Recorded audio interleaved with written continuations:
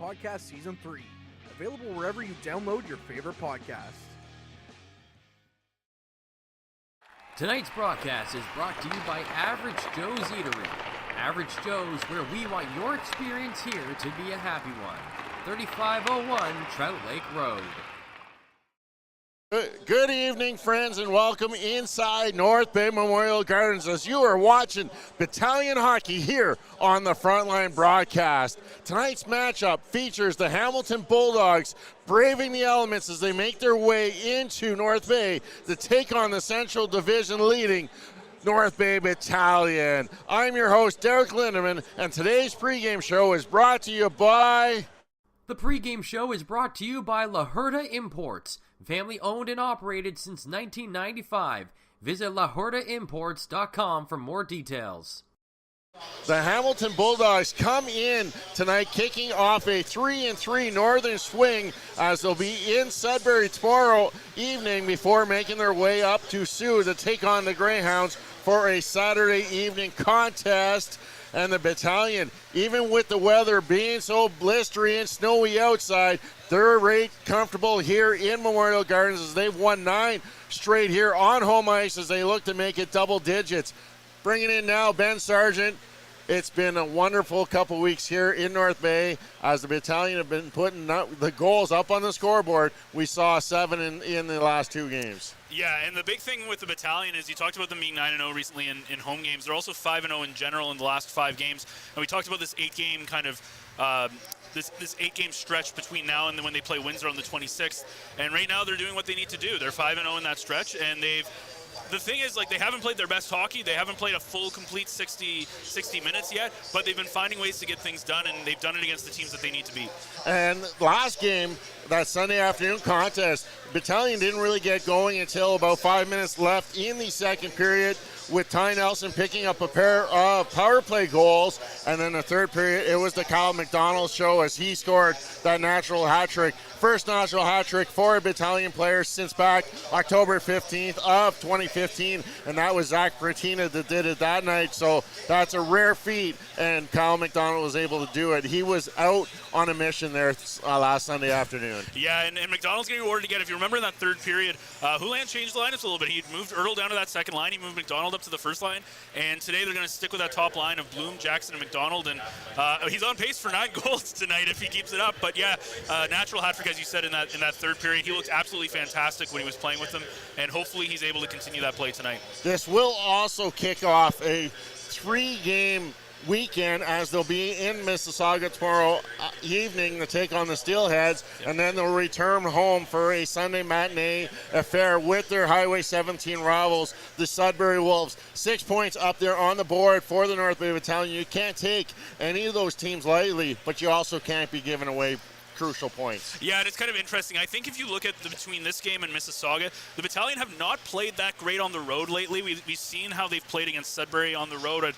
They lost both of those games, even though they were 1-1, both very sloppy plays, and they're comfortable playing at home, but it's going to be interesting to see how they play in Mississauga tomorrow, and I think that's going to be crucial, and I think that's why this game is so important. If you look at these games and you say, look, maybe we go 1-1 in this stretch, potentially, this is the game that you want to win so that you're not going into Mississauga tomorrow down a game already in this 2-game series. Very important game tonight, and there is also an underlying really storyline in tonight's game, and that's going to be our focus tonight. It's not just going to be the players to watch, it's going to be a player and assistant coach to watch, as brought to you by Mike, the financial advisor. Players to Watch is brought to you by Mike, the financial advisor. If you have financial questions, he has financial answers. On Facebook, Instagram, and TikTok at Mike the FA. Our players to watch tonight, Mason Ray for the Hamilton Bulldogs. He has 3 assists on the season. We'll talk more about him shortly. And Avery Winslow for the North Bay Battalion as he is getting comfortable in his return in that defensive position and remaining in that second pair alongside Paul Christopoulos. We'll talk more about that underlying storyline. Scott Ray, the assistant coach with the Bloodlines, with Mason Ray. But first, let's talk about Avery Winslow. Missed a lot of time in the first half of the season before the Christmas break, has returned, and he's fitting quite well into that lineup. in that second pairing with Paul Christopoulos. Yeah, and Winslow is kind of interesting. Like he was Ty Nelson's partner when he goes down. Obviously, the Battalion make a trade. They pick up his lob, and all of a sudden Winslow comes back, and he's not that number one guy or in that top line, in that top pairing anymore. And he ends up starting on the third line to get kind of eased back. The Battalion using 7 defensemen for a couple of games. Now he finds it on with Lucan still out of the lineup. We see. Lucan back in the lineup, but now in the third pairing, we see Winslow with Christopoulos. He played really good. He had that goal with a few seconds left on the clock against the Sioux Greyhounds, and he still looked really good last game as well. And the thing that he does really well is he helps that second power play, by the way, that went 3 for 6 in their last game, and it started to heat up a little bit. And he's also just been a very good defensive anchor. If you look at Nelson and Christopoulos, both kind of offensively minded defensemen, Winslow and Hislop do a great job of kind of being that anchor and that defensive presence on that back end. Really good addition having him back. You talked about Luke, and we'll talk more about the lineup momentarily, but let's get back to the storyline. Mason Ray was drafted in the second round last year, 49th overall by the Hamilton Bulldogs, and that's no less familiar than his dad, Scott Ray, the assistant coach of the North Bay Battalion. Yeah, Mason Ray, obviously in his rookie season, just hasn't quite been able to find the points. He finds himself centering that bottom line for Hamilton. 26 games, only 3 assists. But one of the things that I have noticed, and he has been in the lineup relatively regularly since October, one of the things that's kind of interesting in the faceoff dot lately since the start, kind of the second half of the season, he's almost 50% in the faceoff dot in January. So that's something to kind of keep in mind. But yeah, he hasn't been able to find the score sheet yet, but he is a rookie, and he's a guy that eventually things will happen, and he can find himself kind of moving up. But I think overall he's had a pretty decent rookie season. And he had an assist against the North Bay Battalion when they defeated them back in November the 25th in that 4-1 victory for the Hamilton Bulldogs. But just how hard is it? They gave him the rookie lap experience beforehand, as this is the place that he played his minor hockey. He was a U16 minor player here for the North Bay Trappers last year, so he got a lot of experience playing on this ice. It's a little different atmosphere playing in front of a few more fans and in the OHL. Yeah, and these teams have faced off against each other twice already this season, but both of those times were in Hamilton. They weren't in North Bay. So yeah, he gets to play his former, not former team, but former hometown team. However, this is going to be the first time he's playing here in Memorial Gardens as a player of an OHL team, and I think that's going to be very, very exciting for him, obviously getting to play against his father's team as well. So I think it's going to be very exciting. There's probably going to be a little bit of nerves, and I expect him to have a bit of a pep in his step here. Yeah, and talking about his dad, Scott Ray, we know he moved here basically to take over the head coaching job of the Powassan Voodoos when they came inaugural season, and he led the Powassan Voodoos to a NOJHL championship back in 16-17. Even though Mason Ray was a youngster back then alongside his brother Owen, they spent a lot of time in that championship dressing room and getting to know what it feels like to be a junior hockey player, even at a young age. Yeah, and that's super important. Obviously, he's coming to a Hamilton team that's coming off a Memorial Cup visit, right? They were a team that last year they were such a good team. They swept the Battalion in the Eastern Conference Final pretty decisively, by the way, with 2 shutouts in those 4 games. And this year they're a much different team. Like they're a team that's fighting for a playoff spot right now, who are sitting in 7th place in the Eastern Conference. So I think he's kind of getting both of those levels of how to deal with kind of struggle in the OHL level as a team, but he's also had that success, as you said, and that's going to be very important once this Hamilton team starts to become the team that they were last year. How hard is it, do you think, as a assistant coach, Scott Ray, to keep your emotions intact when you're playing against one of your own siblings? I think it's nice that he's not the head coach, because I feel like that there'd be a little bit more pressure there, but I'm sure it's going to be kind of a bittersweet, kind of conflicting game for him. He obviously wants to see his son do really well, and I'm sure if Ray ends up finding the back of the net for his first OHL goal, I'm sure there'll be a little bit of internal happiness at least, but you know that at the end of the day, he's probably just looking for another Battalion W. Exactly. Well, the last time the Hamilton Bulldogs were in this building, they were hosting the Eastern Conference Championship Trophy. It's not the same team that was winning that championship last year that went on to the OHL Championships and eventually the Memorial Cup. It's a little bit of regenerating, reinventing of the Hamilton Bulldogs as they've changed over a lot of their players. how important is it for the North Bay Battalion to even show supremacy in this building tonight? Yeah, so it's kind of interesting. They're actually, so this is their third game of a 5-game road trip, and prior to this road trip, they were on a 5-game losing streak. Now, obviously, you talked about their trade deadline. They got rid of guys like Logan Morrison, who is one of the best forwards in the entire league. They got rid of Avery Hates. They got rid of Gavin White to Peterborough. They ended up getting back Nick Lardis, who's on that top line in that trade, so they got a little bit back. And by the way, he's got 5 goals in 5 games, including 2 in their last game against Kingston. But on this road trip, they're starting to get a little bit of momentum. They won 4-3 against the Ottawa 67s. Then the next night went into Kingston and won 4-1. So this is going to be this is a team that, yes, they're not doing too well overall, but they're a good road team. They've got a winning record on the road. And at the end of the day, they're on a little bit of a streak. So I think Battalion, who are also on the streak of their own, and you know how much they love playing in this building, I feel like they're going to want to come out fast, and they're going to put a stopper in this game right in the first period. And I think a lot of times when you're looking at those younger teams, such as the Hamilton Bulldogs, who are rebuilding, a lot of those players want to show their coaching staff that, as in Jay McKee, that they want to have a lot of ice time and earn one of the bigger spots on this team next year. That's going to be even more rebuilding and focused on getting back to the upper echelon, as the Hamilton Bulldogs have won 2 OHL championships in their last 5 seasons. So Hamilton does not like to be at the bottom. No, and there's always going to be that natural wave, right? There's always going to be, you're going to be really good, and then there's going to be a wave of coming down. It's very hard to be consistent in a league where there's so much turnover year over year, and we're going to probably see that next year with the Battalion, who are going into the next year with a lot of overagers and a lot of potential changes to their roster. If you look right now at Hamilton, they don't have a lot of scoring threats anymore. Right now, Patrick Thomas leads their team with 31 points, so they do not have a point per game player right now, and it's going to be very interesting to see how much they're going to find in the back of the net against Dom DiVincentis, who gets to start this evening. Well, let's take a look at the North Bay lineup. We have mentioned already a couple changes. The one big change is the Battalion do get Alexander Lukin back in the lineup. He will fit in on that third pairing with Wyatt Kennedy. He's a big piece of the puzzle to get back. Yeah, and when Lukin is a guy who's on your third pairing, you know you have a relatively deep D-line. We talk about how deep this offensive, the forwards are, and how deep they are in their top 12. I think their defense, especially now with Winslow back and Lukin being on their third line with Kennedy, and Matherin still, he's obviously not going to be back until probably sometime in the playoffs, right? But when you have a guy like Lukin who's on your third defensive pairing, that's pretty good. Remember, he scored a goal in his last game he played. Yeah, so still absent from the lineup, Liam Arnsby still dealing with an illness, and Brusowski, who is out with that broken finger. So those two won't be, not sure when they will be actually back in the lineup. And getting the start tonight, like you said, Dom DiVincentis gets the start tonight for the North Bay Battalion. He has yet to start against the Hamilton Bulldogs, as Robertson got the 2 starts in Hamilton.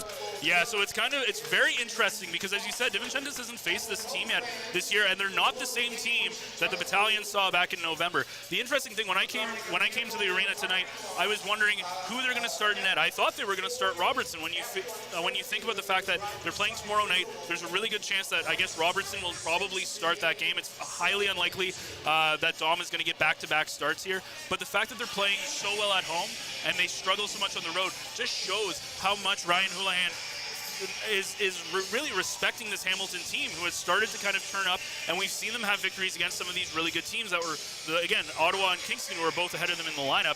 And so obviously there's a lot of respect there for starting Dom here and not Robertson. Yeah, Dom comes in, his numbers showing 22-6 on the season, .251 and a .910 save percentage.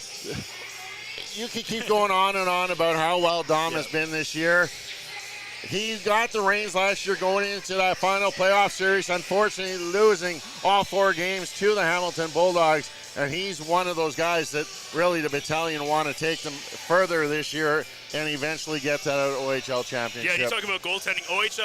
Hamilton had quite a bit of goaltending. We remember back for Marco Constantini, who was the goaltender for them in that playoffs, who was absolutely stellar. But his backup was Mateo Drobek, who is not starting tonight. Instead, it's Christian Melbuff who's going to get the start. And the thing that's very interesting about Drobak, though, was he had an under 3 goals against average last year in about 23 games. This year, though, he's running about 3.28. Malbeuf, on the other hand, in 16 games, 3.78. And we talked about them going back to back to back.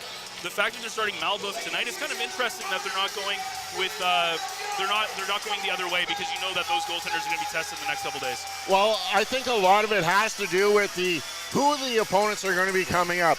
When you're looking at who you can beat as you're battling for that final playoff spot, sometimes you're like, okay, we'll give North Bay that 2 point, like the better chance, and let's win that game against Sudbury. Let's win that game against the Sioux, as we have a better chance with Dolbeck in nets versus having Malbeuf. So it's not like they're looking past tonight, but they are looking ahead till tomorrow night's game. Really excited here in Memorial Gardens. Bell Lots Talk is the initiative here tonight for the North Bay Battalion. So they're handing out jukes and a lot of other talk going on about suicide and mental awareness here in the building. But it's really exciting, and it's going to be a good atmosphere here. Not sure exactly how many people are going to bear the weather to get out here to take on this contest between the Hamilton Bulldogs and the North Bay Battalion. Yeah, and we talked, and speaking of how impressive this game is going to be, by the way, we'll see how many people end up showing up here tonight, but it's so far quite a few people. Well, we're all set up here in the booth. When we return, Matt Sukram will join Ben Sargent for all of your hockey action here, as it's the Bulldogs Battalion on the front line.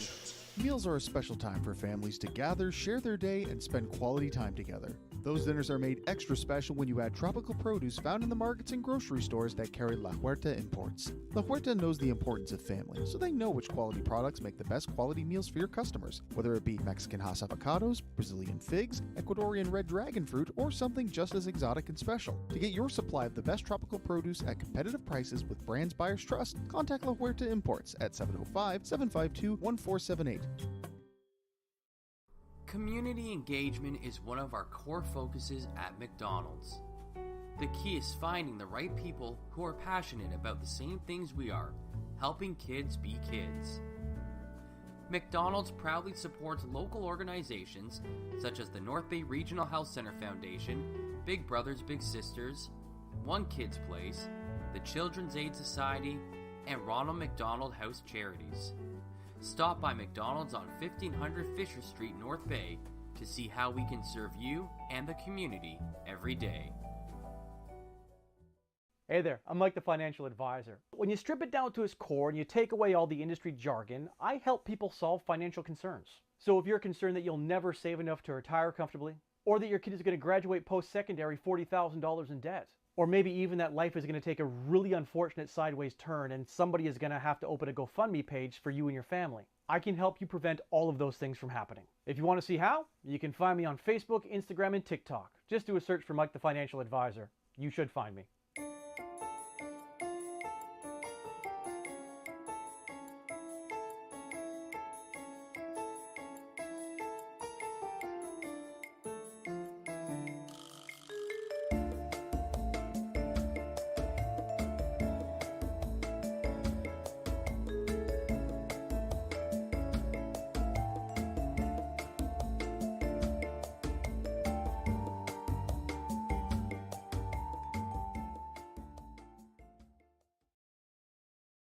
Tonight's broadcast is brought to you by Average Joe's Eatery. Average Joe's, where we want your experience here to be a happy one. 3501 Trout Lake Road.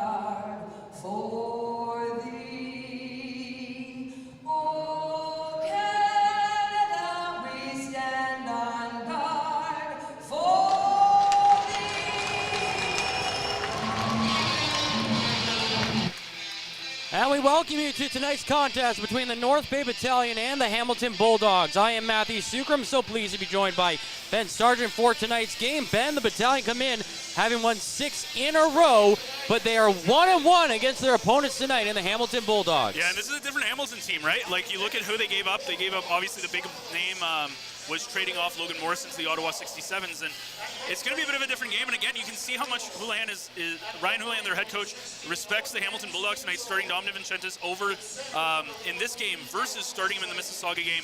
Presumably tomorrow night, most likely Charlie Robertson will get the start. DiVincentis, of course, his first start against the Bulldogs this season, as this is their third of 4 matches. Their first of 2 here in Memorial Gardens, and Hamilton's, this is going to be a big game for them. They are in a very tight spot at the bottom of that Eastern Conference. They're 7th. They're 1 point ahead of Sudbury, and Kingston and Mississauga tied at 40 points, so 2 points ahead of them. And then Pete's, they're in 4th with 47 points. So there's right there between 8th place and 5th place. There is a very tight spot with about 5 points separating all of the teams. And we talked again about how important we talked about Flint, how important it was for them to win. But every point's going to matter. There's a big difference between facing somebody like North Bay, which they would be facing in the first round if things started today, versus playing a team like Peterborough. Yeah, it could be a rematch of the conference finals if those two teams match up in the first round. Play is underway, and it's turned over at the North Bay blue line. Here come the Bulldogs right towards the net, but turned aside as Cole Brown sends it in the corner and lost the puck there. Now it's brought out by the North Bay Battalion. Van Steensel up to Ertl. Ertl walking in down the right side below the circle. It comes back up top of the zone. Flips it back to the boards, and picking that one up is Winslow. He feeds it to the right side of the circle. It's knocked away from Wakely's stick, and it's brought out by the Bulldogs 40 seconds in as it's dumped down. Picked up in the North Bay end by Christopoulos, the alternate captain, who gets to take the ceremonial face-offs with Arnsby out of the lineup still.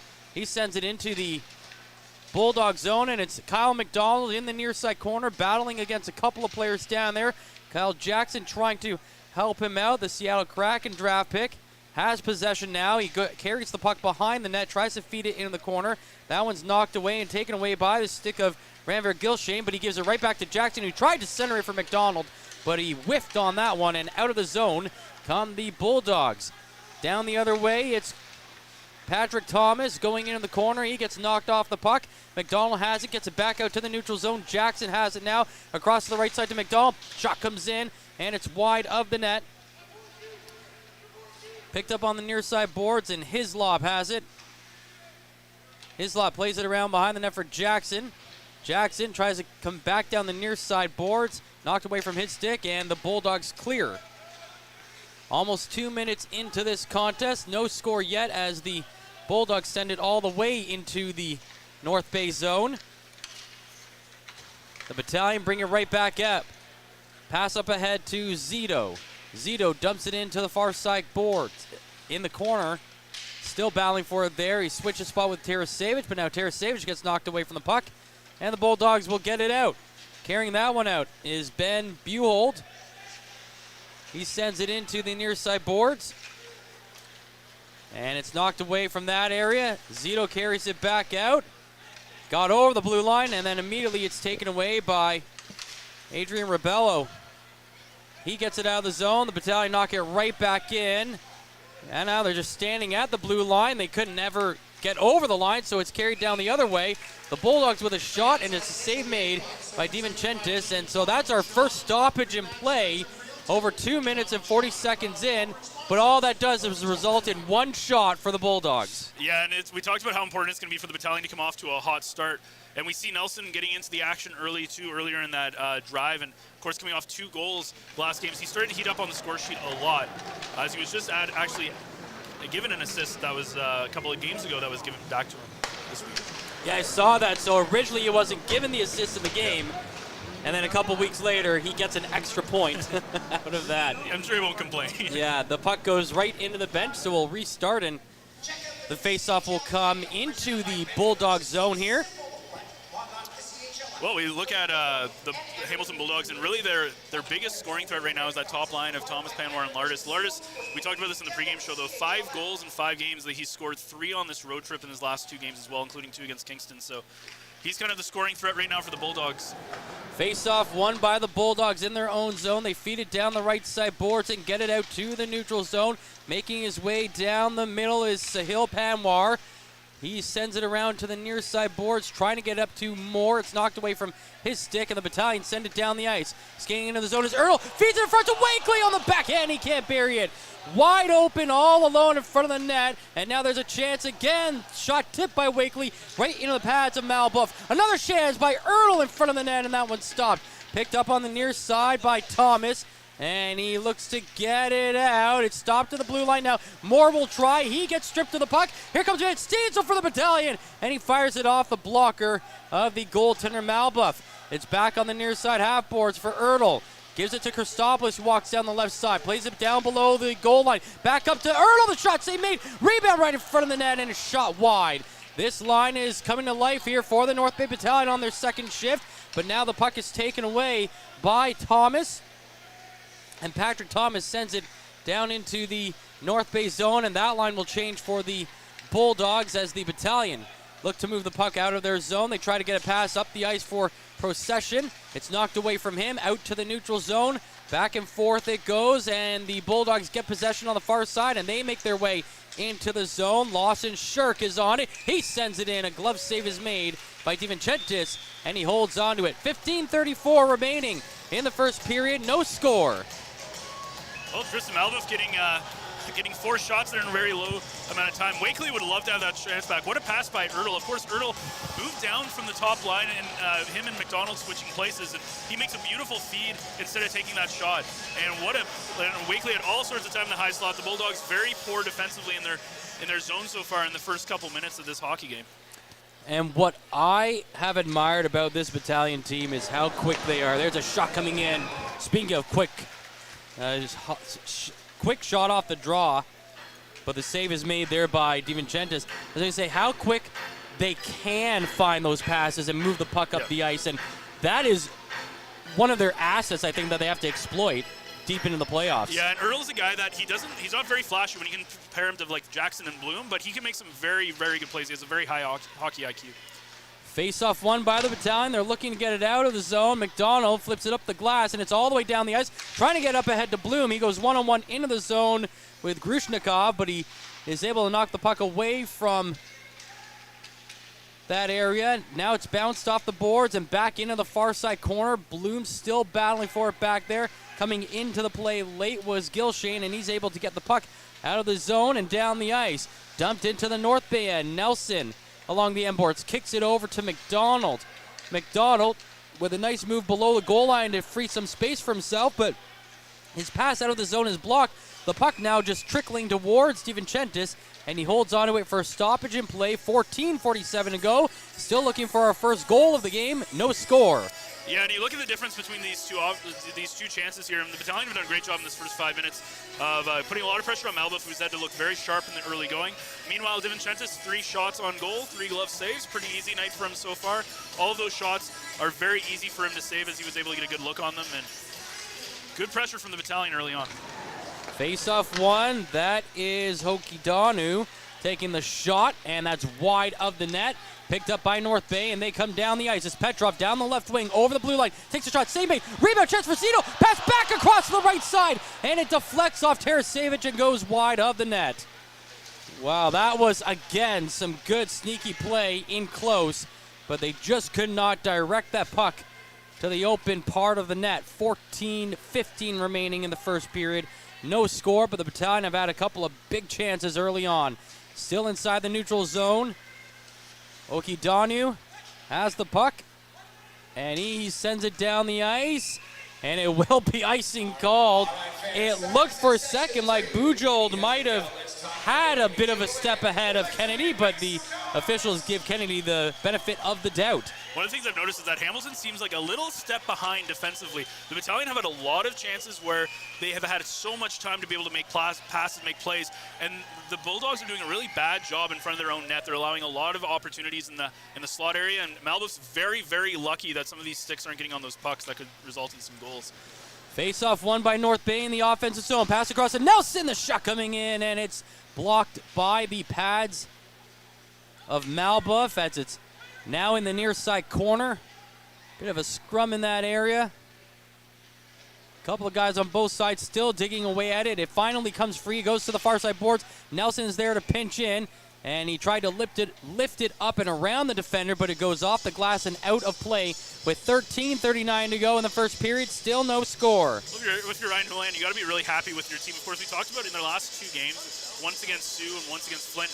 They played a really kind of poor first half of that game and then really turned on the Jets in the late second period and in the third period. And right now, they've been the dominating team in the first 6.5 minutes. And you got to be very happy with the start they're coming in, especially with Hamilton coming off 2 big wins against better teams. Yeah, that was a huge couple of wins for the Hamilton Bulldogs. North Bay with control of the puck. Wakely has it. Down to the point to Hislop. Across to the left side, that's Nelson. Nelson behind the net, feeds it to the circle. Ertl with the shot. And he was not able to get that one through the traffic, but he follows it to the near side boards and plays it to the point. Shot coming from the point by Hislop, and it's deflected away by Malbuff into the corner. Now the puck is on that far side boards, and it's controlled by the Bulldogs. And now pass comes to the near side to O'Keefe, and O'Keefe sends it down the ice for the Bulldogs. Picked up behind the North Bay net by Nelson. He sends it up to Van Steensel, who finds Wakely in the neutral zone.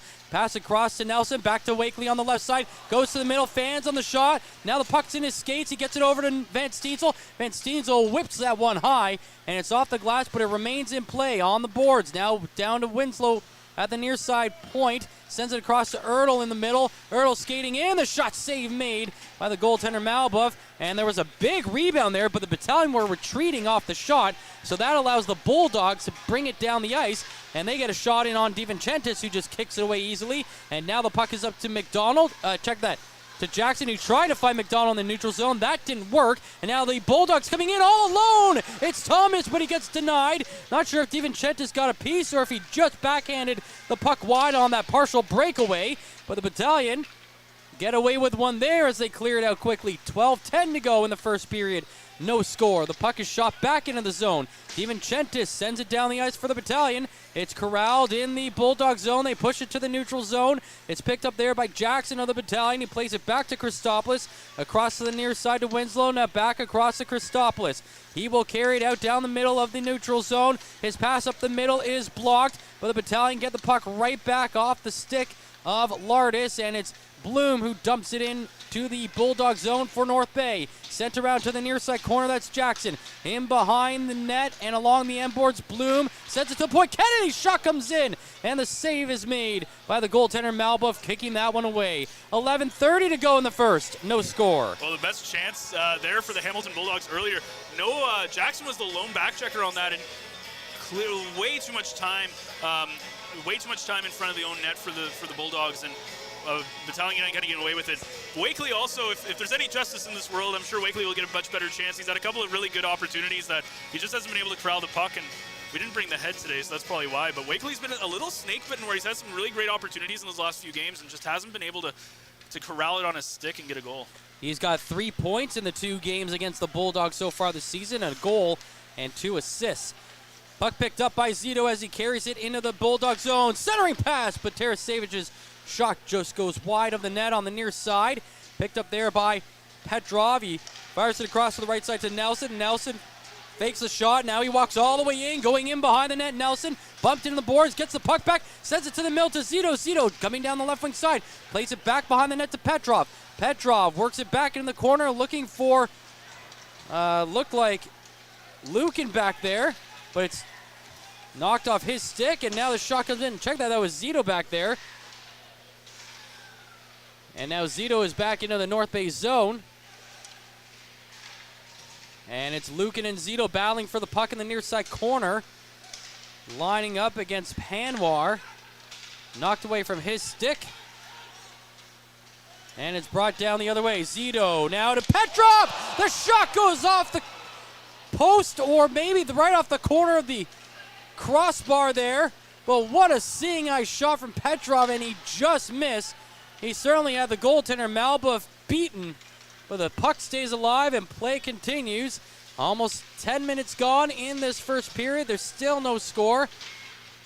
Battle inside the Battalion zone. The puck comes up to the line. Gilshane plays it down the half boards to Bujold, and now it's into the corner. Looked like Jack-Eye there, who lost the puck. Rebelo lost it on the near side boards as well. Rebelo trying to get that one back. Puck still on the near side boards. Now it comes in towards DiVincentis. He holds on to it for stoppage and play, and that's where we'll take our break. Still no score halfway through the first here at Memorial Gardens. This period is brought to you by Canada Alumni Perks. Get information on special events and news or access the alumni job portal. Visit canadacollege.ca/perks for more information. Halfway through the first period, still no score. Derek Lindemann is down between the benches. And Derek, what do you think? A couple of chances on the Battalion side, but the Bulldogs did have that one breakaway as well. Yeah, there's been chances going both ways. I feel North Bay's been carrying the majority of the play, a lot of extensive zone time. Hamilton's been doing a really good job collapsing all 5 guys in front of the net and making it a lot easier for Malboof to make those saves. But the best chance was Wakely all alone, and he just put that backhand wide of the net. And basically the Battalion just got to keep skating and doing what they're doing. Good things will happen. We've seen that in the past. Sunday it resulted in 7 goals in the win. Awesome. Thanks so much for that, Derek. And as you mentioned, Dolan Wakely sitting at 31 points this season. It's been a really good year for him, but like you said, maybe a little snake bitten in the last couple of games. He hasn't scored since scoring 3 in a row between December 31st and January 8th. So he'll be looking to get back on the scoreboard. He did have an assist in that last game against Flint. North Bay win the draw. They get it out of the zone quickly, and now shot right back into the North Bay zone. DiVincentis behind his own net. He flips it around to the near side. Tarian trying to get it out. He's blocked on the boards. Now Procession trying to help him out. They are being tested by Testa down there. And it's finally knocked away from him and sent all the way down the ice. Malbuff with it behind his own net. Plays it to the near side boards. Now picked up off those boards and carried behind the net by the Bulldogs. Sent to the half boards on the far side to Testa. He gets it out over the blue line. No, they're saying Romani kept it in as he turned that puck over, but now Romani is shoved away from the puck, and the Battalion get it in the neutral zone. They dump it down into the Bulldogs' end. 8:40 to play. No score here in the first period. Shots are 9-5 in favor of the Battalion. The Bulldogs have possession, though, at the far side boards. Thomas knocked down, but was able to shield the puck with his body, and that allows the Bulldogs to send it into the zone. Picked up here by Lukin on the near side boards. He sends it up the middle for Erdl. Erdl coming in over the blue line. Flips it up towards the netminder, and Malbuff actually bobbled the puck a little bit, so Erdl making him work for that save before he smothered it. Yeah, and you talk about the Bulldogs being a different team, and you can definitely tell, right? They're losing a lot of their top goal scorers. Obviously losing a guy like Logan Morrison, who is a way over point per game player. The other thing, too, is they lost Constantini, their goalie, who brought them all the way to the Memorial Cup last year. It was traded to Kitchener very early on in the year, and that's been a big difference for the Bulldogs this year. But I think the big thing for the Battalion is going to be they've had their chances. They've just got to capitalize and keep putting pucks to the net, and it'll come. Face-off won by North Bay. Back to line to Lukin. Lukin sends it in. It's now bouncing in the slot. The Battalion, a couple of guys took a whack at it and just swing and a miss there. Now the puck comes back to the blue line. The shot comes in. That one stopped as well. And the Bulldogs get it up to the line, kept in the zone. Erdl has it on the near side, plays it to the middle. It was behind Van Steensel, allowing the Bulldogs to get control, and they send it down the ice. Lawson Shirk to the left side, the shot coming in, and it goes high as Cole Brown was right there point blank, but he could not get it anywhere near DiVincentis. The Battalion get the puck out of the zone. Wakely down the left wing side over the Bulldogs blue line, feeds it up to Van Steensel. The shot save made, and then kicked off the toe of the goaltender Malbuff into the side of the net, and then he threw his stick down and just smothered that puck for the stoppage and play. 7:30 to go in the first period, no score. Well, Kennedy gets kind of away with a play here on that last rush. He kind of goes right after the body there and leaves his man wide open, who gets a beautiful chance on DiVincentis. The big thing there with Kennedy, obviously, his emotions running a little bit high. He was tangled up with a Hamilton player. It looked like there should have been an interference or holding or some sort of call, but the referee didn't call him, and you could tell that kind of affected him on that last rush, and unfortunately for the Battalion, it didn't lead to a goal, but not a very good play by Kennedy. By Kennedy, third-round pick by the Battalion in the 2021 OHL priority selection. Really getting a lot of ice time under his belt in this year. This is his 41st game of the season, 6 points for him so far on the year, a plus 14 and the plus-minus rating for the second-year defender. Play underway now as Nelson has it over to, yeah, that was his lob there, who then passed it back to Nelson. Still inside the zone. They send it back to the point to the near side to Bloom. Bloom's shot gets through, but it's stopped by the Bulldogs goaltender Malbuff, and now off that block, the Bulldogs are able to get it down the ice and into the North Bay zone. A shot comes in off the blocker of DiVincentis and punched back out to the neutral zone. That's where the Bulldogs regain possession. It's Panwar coming in. He takes a shot, and it bounces over the shoulder of DiVincentis and goes wide of the net. But again, the Battalion giving up a lot of room inside the hash marks through this first period. 6:20 to go as the Battalion send it down the ice, and icing will be called against the Battalion there. No score with 6:20 remaining. Yeah, and that was obviously a set play there as McDonald looks like he could have beaten it out. If you're Hamilton right now, you're kind of getting outskated. You don't have the same kind of speed. You don't have the same kind of offensive skill. It's pretty much all the Battalion's game right now, and they've had so many chances. This easily could be a 2-3-0 game right now for North Bay if things kind of go their way. But a good thing for Hamilton is they're trying to figure out the lines, I believe, on that icing. But the thing with Hamilton is, at this point, you haven't let a goal in yet. Malbuff stood on his own over 12 shots. This is where you can kind of get one of those sneaky goals by DiVincentis, and potentially with 6:20 to go, maybe take a lead going into the break here. So if you're Hamilton, you want to just keep trying to do what you're trying to do, and Battalion, hopefully they can break the tie here. They do not want to go at the end of the first period scoreless or down. Well, the Battalion have got the opening goal in their last 3 or 4 games, but in the last 2 games here at home, they also found themselves trailing after getting the opening goal. So they certainly want to try and right that trend in their direction as play is underway. 6 minutes to go. The Bulldogs have it inside the North Bay zone. Big hit on the far side boards by Rebelo. Still on that far side. The puck finally comes away from that area. Christopoulos finds it for North Bay. He sends it down the ice. It's deflected at the line by Tarasevic and sent all the way down into the Bulldogs' end. Picked up, turned over. Zito has it at the blue line. Skates to the right side boards, and a big hit throw, knocking Zito off the puck there. Grushnikov on that hit to get the Battalion away from the puck and get the puck out of the zone. Oki Dondu sends it into the North Bay end. Picked up quickly by Petrov. He got up to Tarasevic, and he drops it back to Zito. Now back to Tarasevic coming in on the right wing side. His pass to the left side is stopped, and that will allow the Bulldogs to get it down the ice. O'Keefe now over the blue line. Plays it to the far side boards. Picked up in the corner, now sent behind the net. That's Mason Ray, the North Bay native, who sends it down the point to Gilshane. Gilshane plays it back in along the end boards. And the Bulldogs fighting for the puck there. The Battalion get it away from them, and they clear it out of the zone.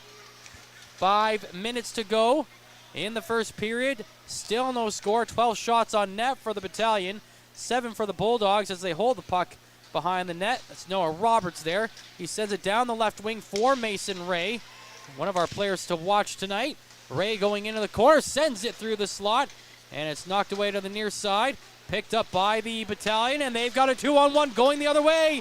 Romani lost it. I don't know if it got caught up on the boards or what happened there, but yeah, he just overskates the puck and then tries to drag it behind him over the blue line, and that will be an offside called against the North Bay Battalion. And while there's a break in play, we can mention Mason Ray. He's the subject of an article by Courtney Kenny, as his father, Scott Ray, is the assistant coach for the North Bay Battalion. So certainly interesting when you've got that kind of dynamic. We've certainly seen it throughout the OHL where you've got a family member standing behind your own bench. Yeah. Not too often where it's the person opposing you. Yeah, we talked about it's got to be a little awkward, I think, for at least for Dad, because, I mean, he's kind of sitting there. He's like, he would love to see his son get his first OHL goal. Obviously, 3 points so far in about 26 games. But, yeah, you'd love to see him get his first goal. But at the same time, it's all about business first, and it's all about the Battalion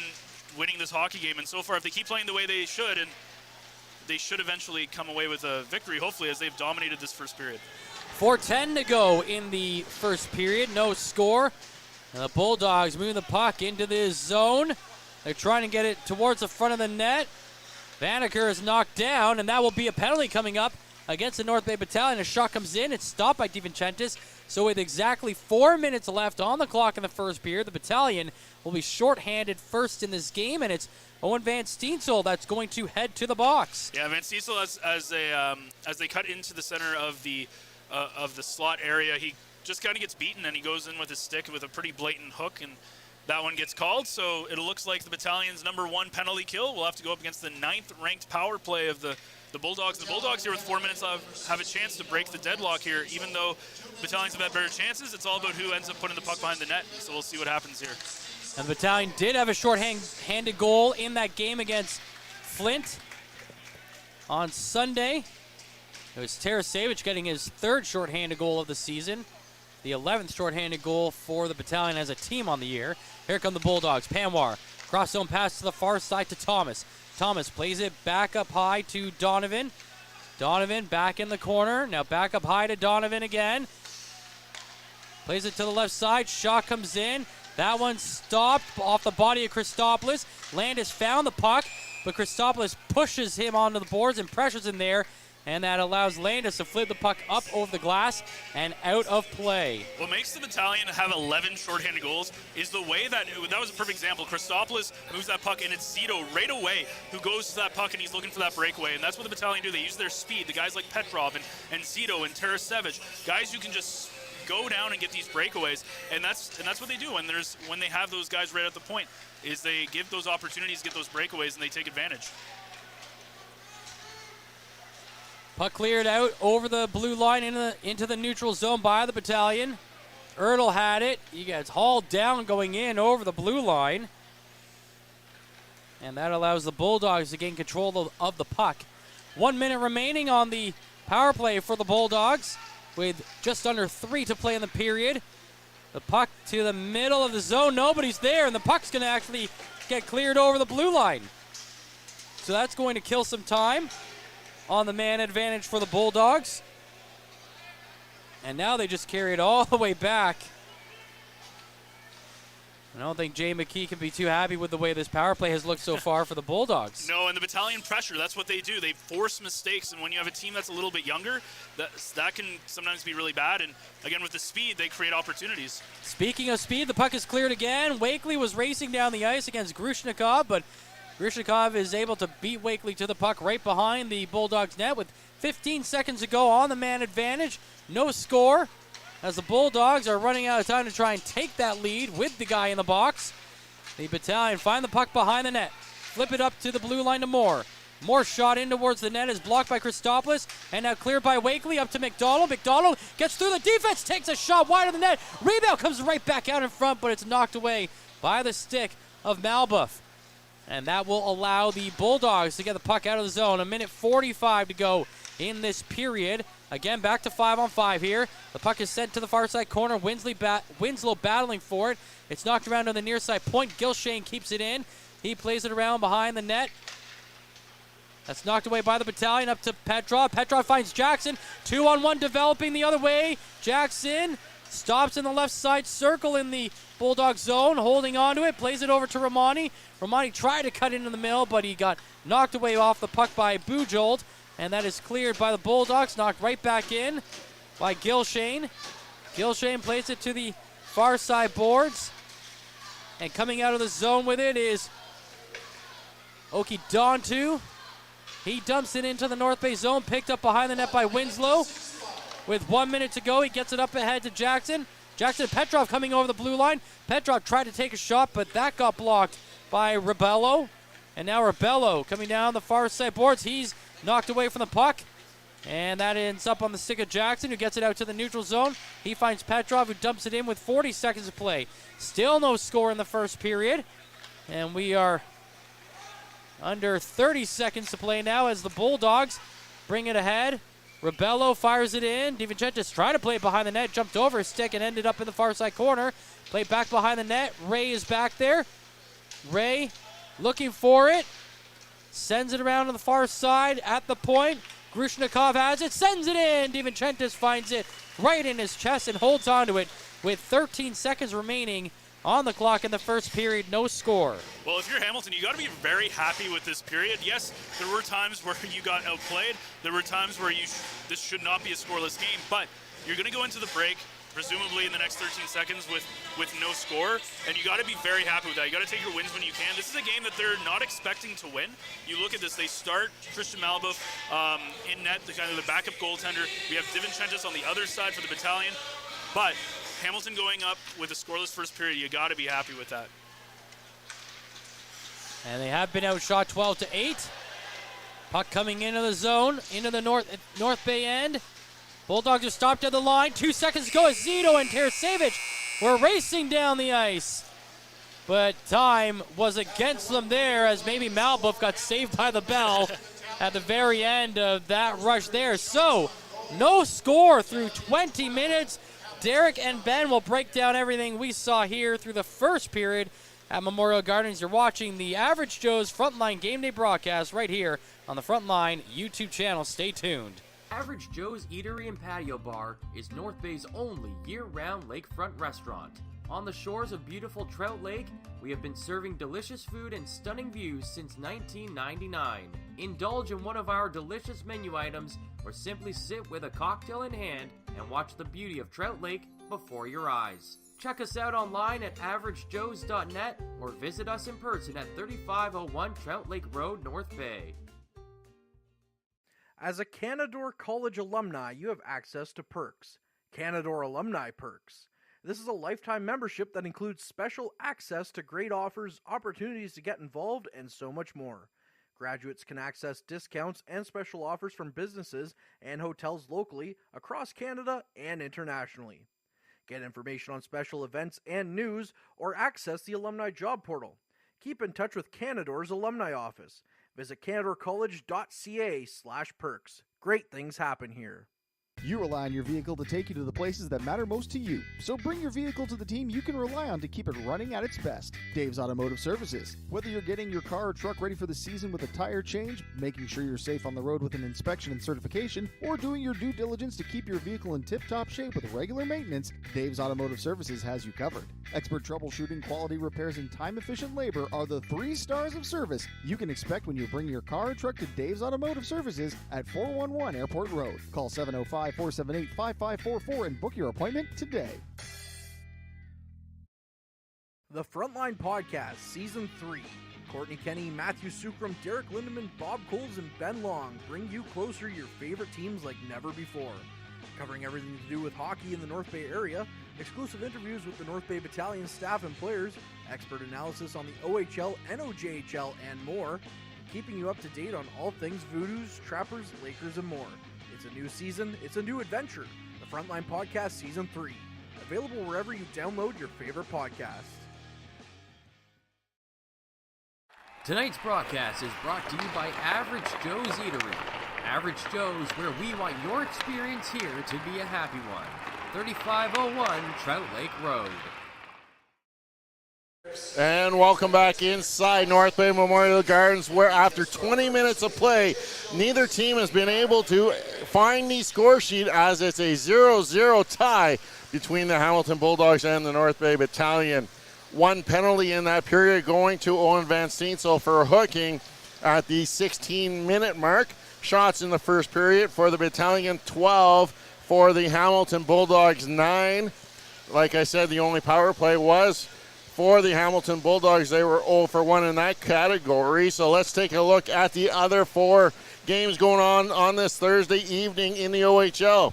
A couple of them already through the first period of play, as in Niagara, the Ice Dogs trail the Mississauga Steelheads 1-0.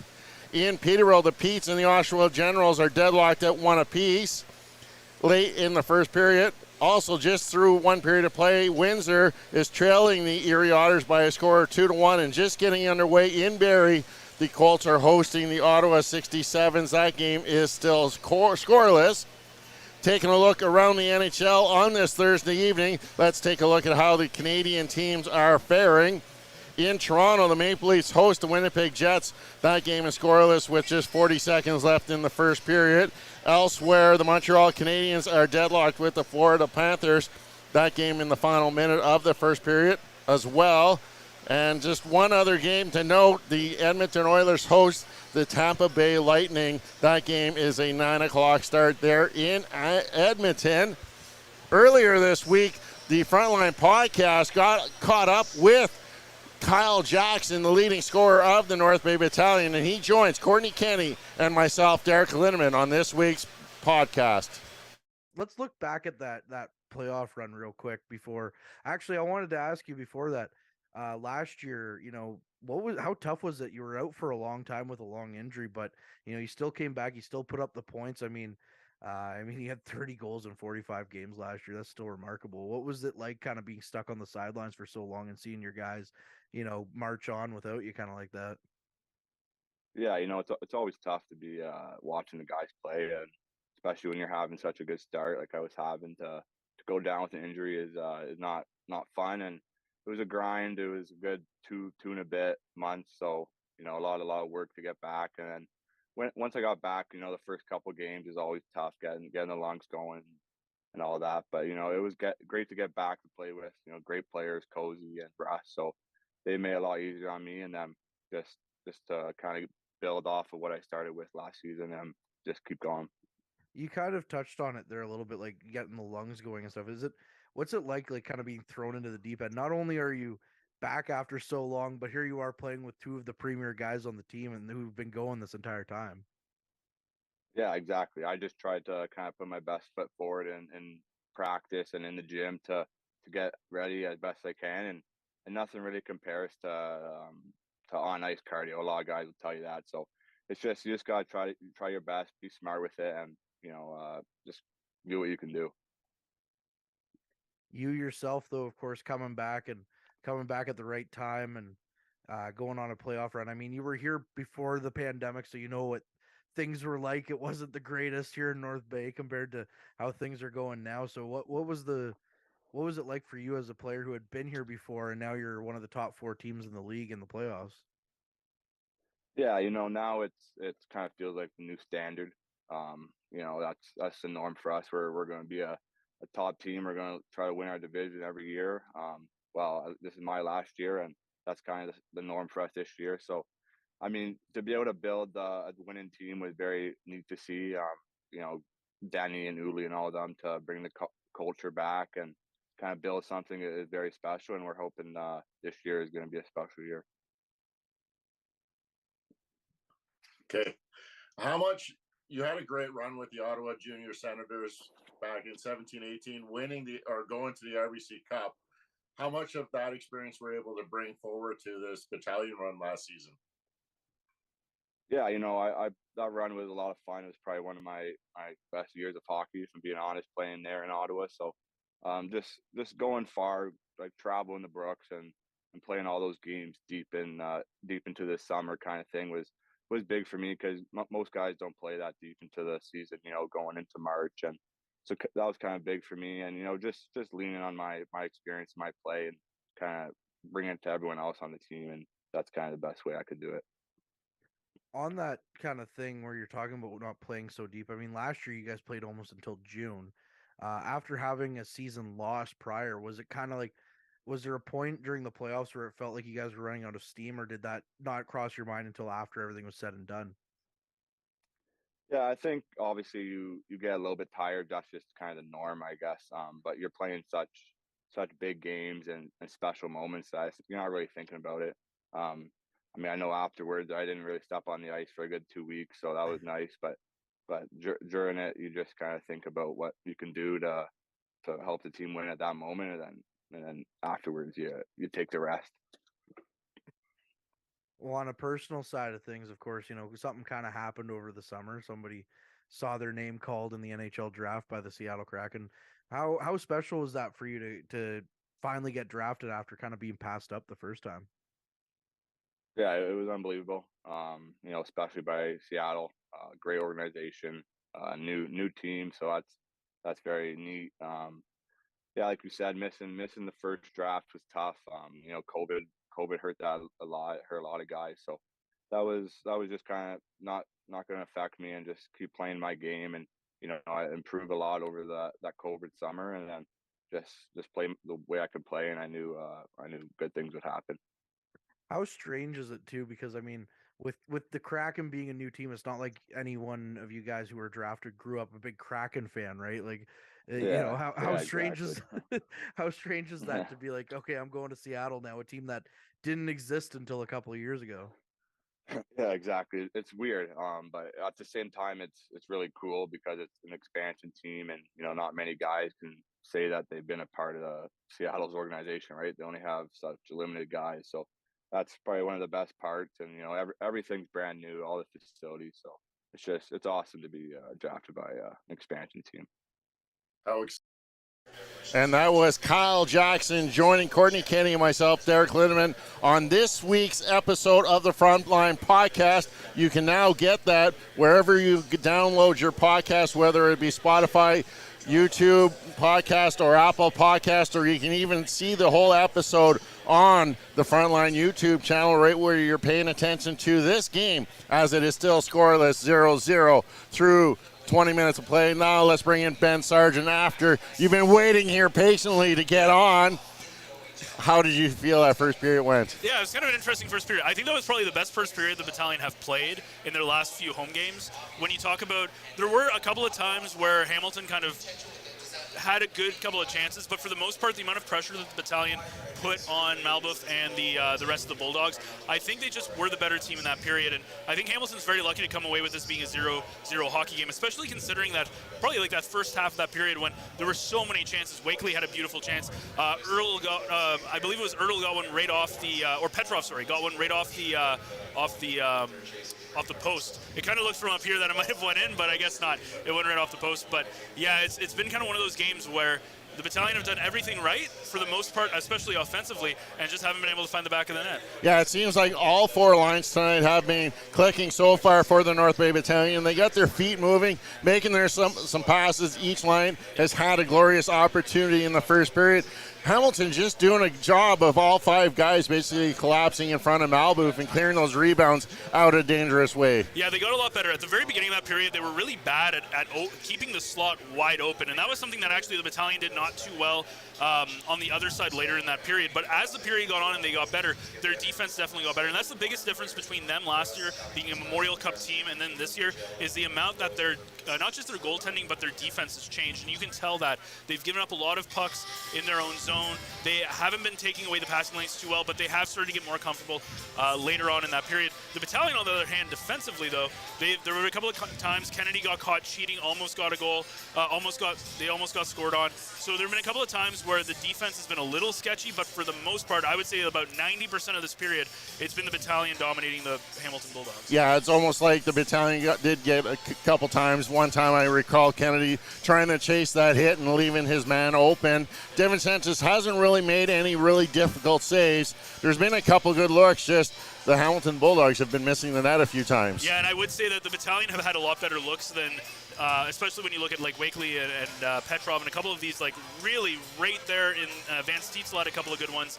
DiVincentis hasn't been worked too hard. He's had a lot of his shots that they've either missed the net, as you said, or they've been shots relatively from out. So it's going to be interesting in that second period. We talked about playing a full 60 minutes. I think the Battalion played a really good first 20. Ironically, though, in their best first period, they don't have anything to show for it, but this could easily have been a 2 or 3-0 game at this point. Yeah, very clean first period. We only saw the one penalty to Van Steensel. A very obvious hooking call. Could have been probably a couple more either way, but yeah. That's something we're watching here is the specialty teams. North Bay slowly creeping up that power play stats, now 13th in the league. That's a number that they look to keep improving on. 3 for 6 last Sunday afternoon. They want to repeat if they can get that chance on the power play. Yeah, and and I think a big thing was with Ty Nelson, obviously with 2 power play goals in the last game, but I think he is a big reason why that power play can succeed, whether it's a shot from the point or it's a rush or him getting out low. I love what he can do, which is if everybody collapses to one side, they keep the play to one side. He can kind of do the Ovechkin move, which is hang out by the top circle, and we can really see that one-timer one-timer really shine. So it'll be interesting to see if they get a penalty if they get a power play this game, how they're going to kind of go after it. And you got to have a lot of confidence coming off a 3-for-6 performance, and that's got to help a lot. Yeah, Hamilton playing almost a perfect road game. Jay McKee's got to be happy with the way the Bulldogs came out in that first period. Yeah, and you got to remember, like, this is a team that's 7th in the East, and they're playing the second best team. They're only 3 points away from the leading Ottawa 67s. So there's a huge disparity. We also have the Battalion putting their number 1 goaltender on a back-to-back instead of putting Robertson in net today. On the meanwhile, you have Hamilton putting in Malbuff, who's their second guy, even though he's been in about 16, 17 games this season. So you can tell this is kind of one of those games where Hamilton goes in and they kind of concede the game a little bit, at least on paper, for the lineups. However, you have to be very, very happy if you're McKee in this first period, because you came out and it's a tied hockey game.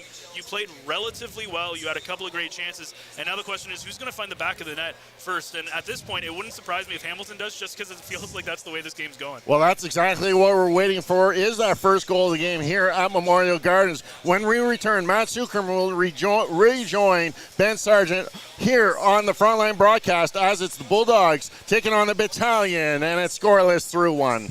Meals are a special time for families to gather, share their day, and spend quality time together. Those dinners are made extra special when you add tropical produce found in the markets and grocery stores that carry La Huerta imports. La Huerta knows the importance of family, so they know which quality products make the best quality meals for your customers, whether it be Mexican Hass avocados, Brazilian figs, Ecuadorian red dragon fruit, or something just as exotic and special. To get your supply of the best tropical produce at competitive prices with brands buyers trust, contact La Huerta Imports at 705-752-1478. Community engagement is one of our core focuses at McDonald's. The key is finding the right people who are passionate about the same things we are, helping kids be kids. McDonald's proudly supports local organizations such as the North Bay Regional Health Center Foundation, Big Brothers Big Sisters, One Kids Place, the Children's Aid Society, and Ronald McDonald House Charities.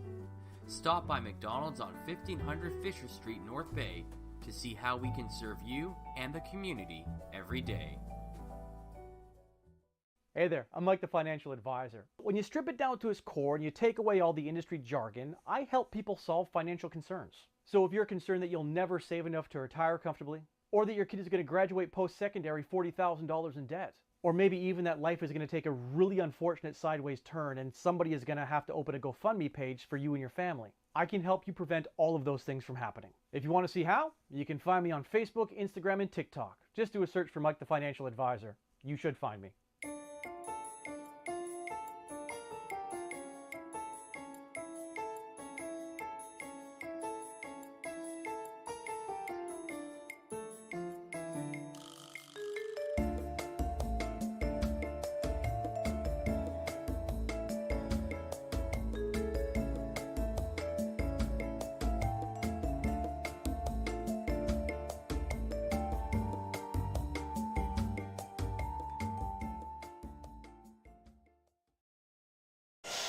Welcome back. I'm Matthew Sucrum alongside Ben Sargent. You know that Orlando's ad has a very nice, calming musical rhythm to it, and that could almost describe the way that first period played. Calming, just smooth, easygoing, almost as if no one wanted to really score the goal in that first period. That's how it feels, right? But we'll see who gets the first one here.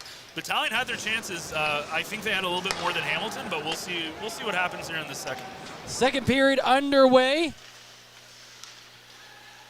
And the puck is dumped into the North Bay zone. The pass to the line is off a stick, flipped up over the glass and out of play, and a stoppage just 26 seconds in. And it'll be interesting to see who's going to come out here firing first, right? If you go into the break, Hamilton's got to be happy with the fact that it's a 0-0 game. They've had some chances. They've kept the puck out of their own net.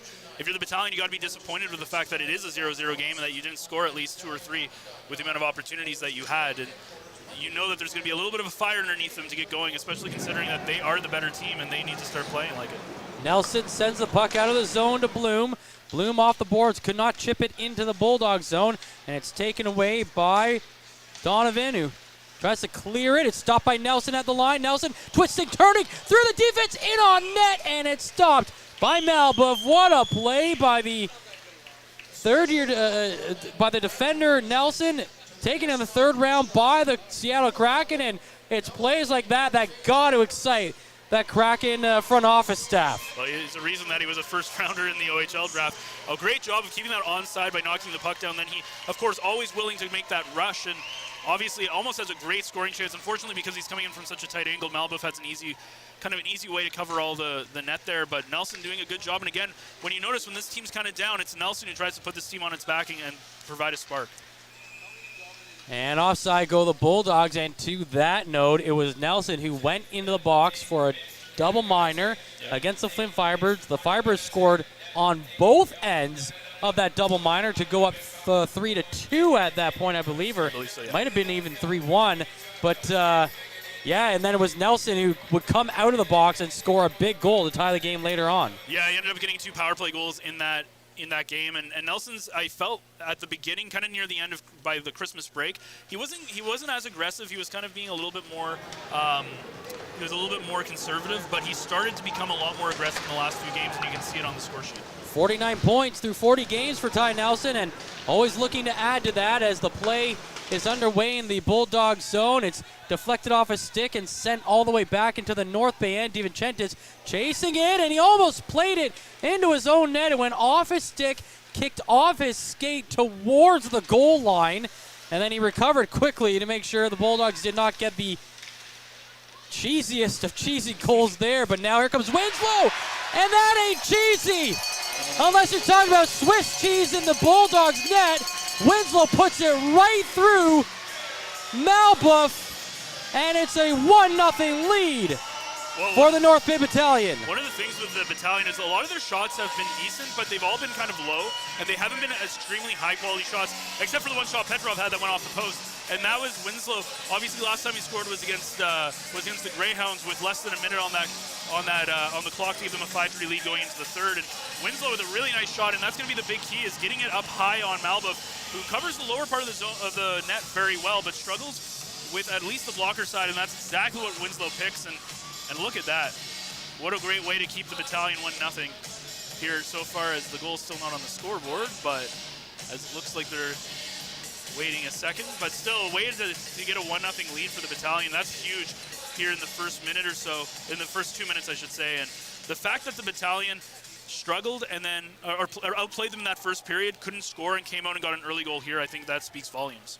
So as you said, they are reviewing it. Maybe we can go down to Derek and see if he's got a different view on things, as it's, I guess they're reviewing the offside potentially, but we'll see. Let's see if we can get Derek downstairs. Derek, any chatter from down below on why this might be getting reviewed? No, nothing so far being said. As the team's now being issued back to the bench. They've got it. They must have seen something upstairs, because they called down here to let us know that there was going to be a review going on. But right now, nothing has been said.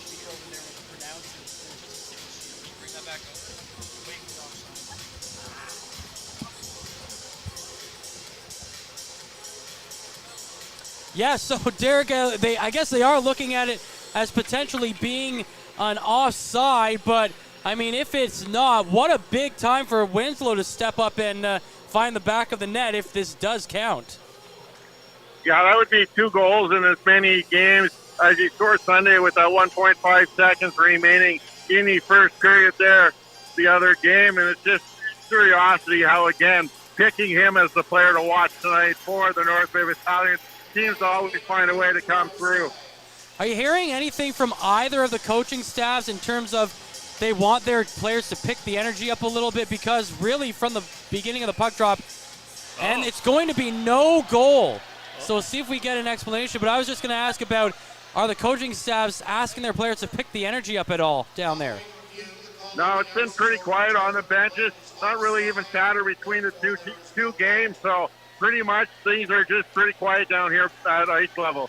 All right, thanks so much for that, Derek. And so, Ben, it's no goal. We're back to 0-0 with 18:39 to go in the second period. Oh, no, they've reset the clock, 18:45 to go. Well, you can kind of tell that was coming with the way that this game's going, and unfortunately for Winslow, he's going to have to wait a little bit longer for his second of the year.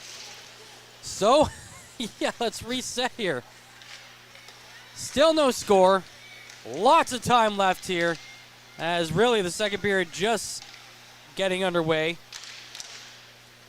And it's back into the Bulldog zone as Donovan sends it to the far side and gets it onto the stick of, I believe it was on the stick of Okidondu, but shot back into the Bulldog zone, and now it's Okidondu who gets it up to the North Bay blue line and dumps it in. Played into the corner, the Battalion getting on top of the loose puck. It's Tarasevic on the near side boards, tries to get to the middle to Zito. It's knocked away from Zito, and it's now Jack-Eye with it. Jack-Eye lost it. Roberts picks it back up, keeps it in to the North Bay zone, dumps it towards the net. It's picked up there by Kennedy. Kennedy trying to clear some space, looking down his right wing boards, and gets it out to the neutral zone. But that pass is picked off by Roberts. Zito tried to get that pass back onto his stick, but it's knocked away quickly from him and sent down the ice into the North Bay zone. 17:30 to play in the period, and the Bulldogs with control of the puck. They put it on net, but DiVincentis is there with the glove save, as it was Luca Testa cutting through the slot there. Yeah, and Tyrion was actually looking for a penalty there as he ran into the one Bulldogs player. Wanted to get it maybe an interference call, as he was kind of, looked like he might have been intentionally blocked from that play happening. But this is now all about momentum, right? If you're Hamilton after that disallowed goal, it's all about getting that momentum on Battalion. If you're North Bay, it's all about trying to put that puck right back in the net right away. There's a shot wide of the net, and then the rebound comes to the far side boards, and it's picked up by Procession, who gets it out to the neutral zone, and it's ahead to Nelson. Nelson drops it out the blue line to Romani. The shot coming in, and Malbuff makes the save, and there he is again. Ty Nelson making things happen, trying to spark that team with his speed and that offensive effort for the defenseman. That's why he's a leader on this team, right? One of the things that he does is when this team struggles, he's kind of that one player who's always making things happen. And we've seen that a couple of times in this winning streak where they've been whether it's down or a tied game in critical spots. It's Nelson who's creating opportunities, and even if he's not getting a point, he's still right in the thick of it. The Bulldogs win the draw, send it down the ice, and they will get called for icing with 17:10 to go in the second period. No score. And if I'm the Battalion right now and I was on the bench, I'd be saying to pretty much every forward is shoot high blocker side. There's a lot of pucks that have been right into the body of Malbuff, a lot of pucks on the low end, but I think he's very beatable on that blocker side. So if there's one place you want to shoot it, I'd try in that upper right-hand corner. Bulldogs move the puck down into the North Bay zone. In the far side corner, there's a battle there. Hislop now trying to get it free for North Bay. He flips it over to the half boards, and it's knocked out of the zone by Bloom. Chased down into the the Bulldogs end by Grushnikov, and he sends it right back out to the neutral zone, and now it's carried in to the North Bay, and the shot save made. Rebound chance just wide of the net. DiVincentis did not know where that puck went after the initial save as he knocked it off his shoulder, and it went right through the slot to a wide open Bulldogs player who just missed wide of the net. And the Battalion fans not very happy right now. McDonald, as he goes after a big hit. McDonald was actually hit before in that prior play and with no call, and he kind of gets away with one there. Yeah, he knocked down Lardis on that one. 16:10 remaining in the second period. Still no score. The Bulldogs move the puck down the ice. Moore with the shot. Fires wide, and then the rebound again. Coming back out in front of the net, but taken away quickly by the Battalion, who go all the way down the ice. Romani on the right side feeds it to the middle, but it's knocked off a skate and wide of the net. Picked up behind the net by Romani. He comes back up to the blue line. Fires it in off the shoulder and smothered by Malbuff, who holds onto it for a stoppage and play. Just 2 shots on net for the home side in this second period with 15:47 to play. Well, I imagine this game's going to get a little scrappier right now. Battalion a little frustrated. There have been a couple of calls in that first period, but especially here in the second period where there's been no call on them. And you can tell McDonald with that hit where they've been there was a lot of frustration there on that hit by Lardis. But Malbuff's done his own. He has a .378 save percentage this season and 6-4-2. He's looked very good. It's a shot towards the net, and that one just trickles wide. Played in the near side corner and knocked away from the stick of Terrien, and the Bulldogs get it out of the zone. Jack-Eye chasing it up to the North Bay blue line, has to knock it back to his own end, and now it's played up the left wing side for Grushnikov. He fires it in, and DiVincentis makes the glove save and then throws it over to Christopoulos. Christopoulos carries it along the goal line, plays it from the end boards down the right wing and now out to the neutral zone to Winslow. Winslow down the left side plays it to Terrien. He's knocked off the puck and is picked up by the Bulldogs behind their own net. Now it's Okidontu who sends it down the left side for Rebello. Rebello working back to the North Bay blue line. Plays it back in the corner looking for Bujold. Bujold knocked into the end boards by Winslow, but that puck is picked up by Jackeye. He sends it to the right side boards looking for Donovan. Donovan sends it below the goal line, now back up high. Shot comes in, that one is stopped. Rebound goes into the slot for Rebello. Rebello carries it to the half boards, knocked away from the puck by Christopoulos, who fires it around the near side boards for Romani. He looks down his right wing side and clears it to the neutral zone. Down the left wing for Van Steen, so he gets over the blue line, gets it to Wakely in the middle, battling one-on-one. But at the very end, Noah Roberts is able to knock Wakely off the puck. The puck goes into the corner, now back around to the near side boards. Big hit there. Luca Testa involved in it. Kennedy as well. Kennedy finds the puck on the end boards. Tried to center it, but it's knocked away by the Bulldogs. And down the ice comes Testa. Testa down the left wing side. Stopped at the goal line. The puck comes up to the blue line. Kept in the zone by the Bulldogs. 14 minutes to go as they play it in the far side corner. Now along the end boards is back up high in the zone. Controlling at the line. Now it's Van Stiesel throwing a hit. 2-on-1 the other way as Wakely gets it to Ertl. Ertl to the left side, but it's out of the reach of Wakely, and he falls it below the goal line. Plays it over to Ertl. Ertl behind that tried to center it. He got knocked down on that play, and it's Donovan who will bring it out of the zone for the Bulldogs. Donovan over the North Bay blue line. He sends it in. Glove save made by DiVincentis. 13:35 to go in this scoreless second period. North Bay bringing it down the ice. Zito with a couple moves to Tarasevic. The shot goes high.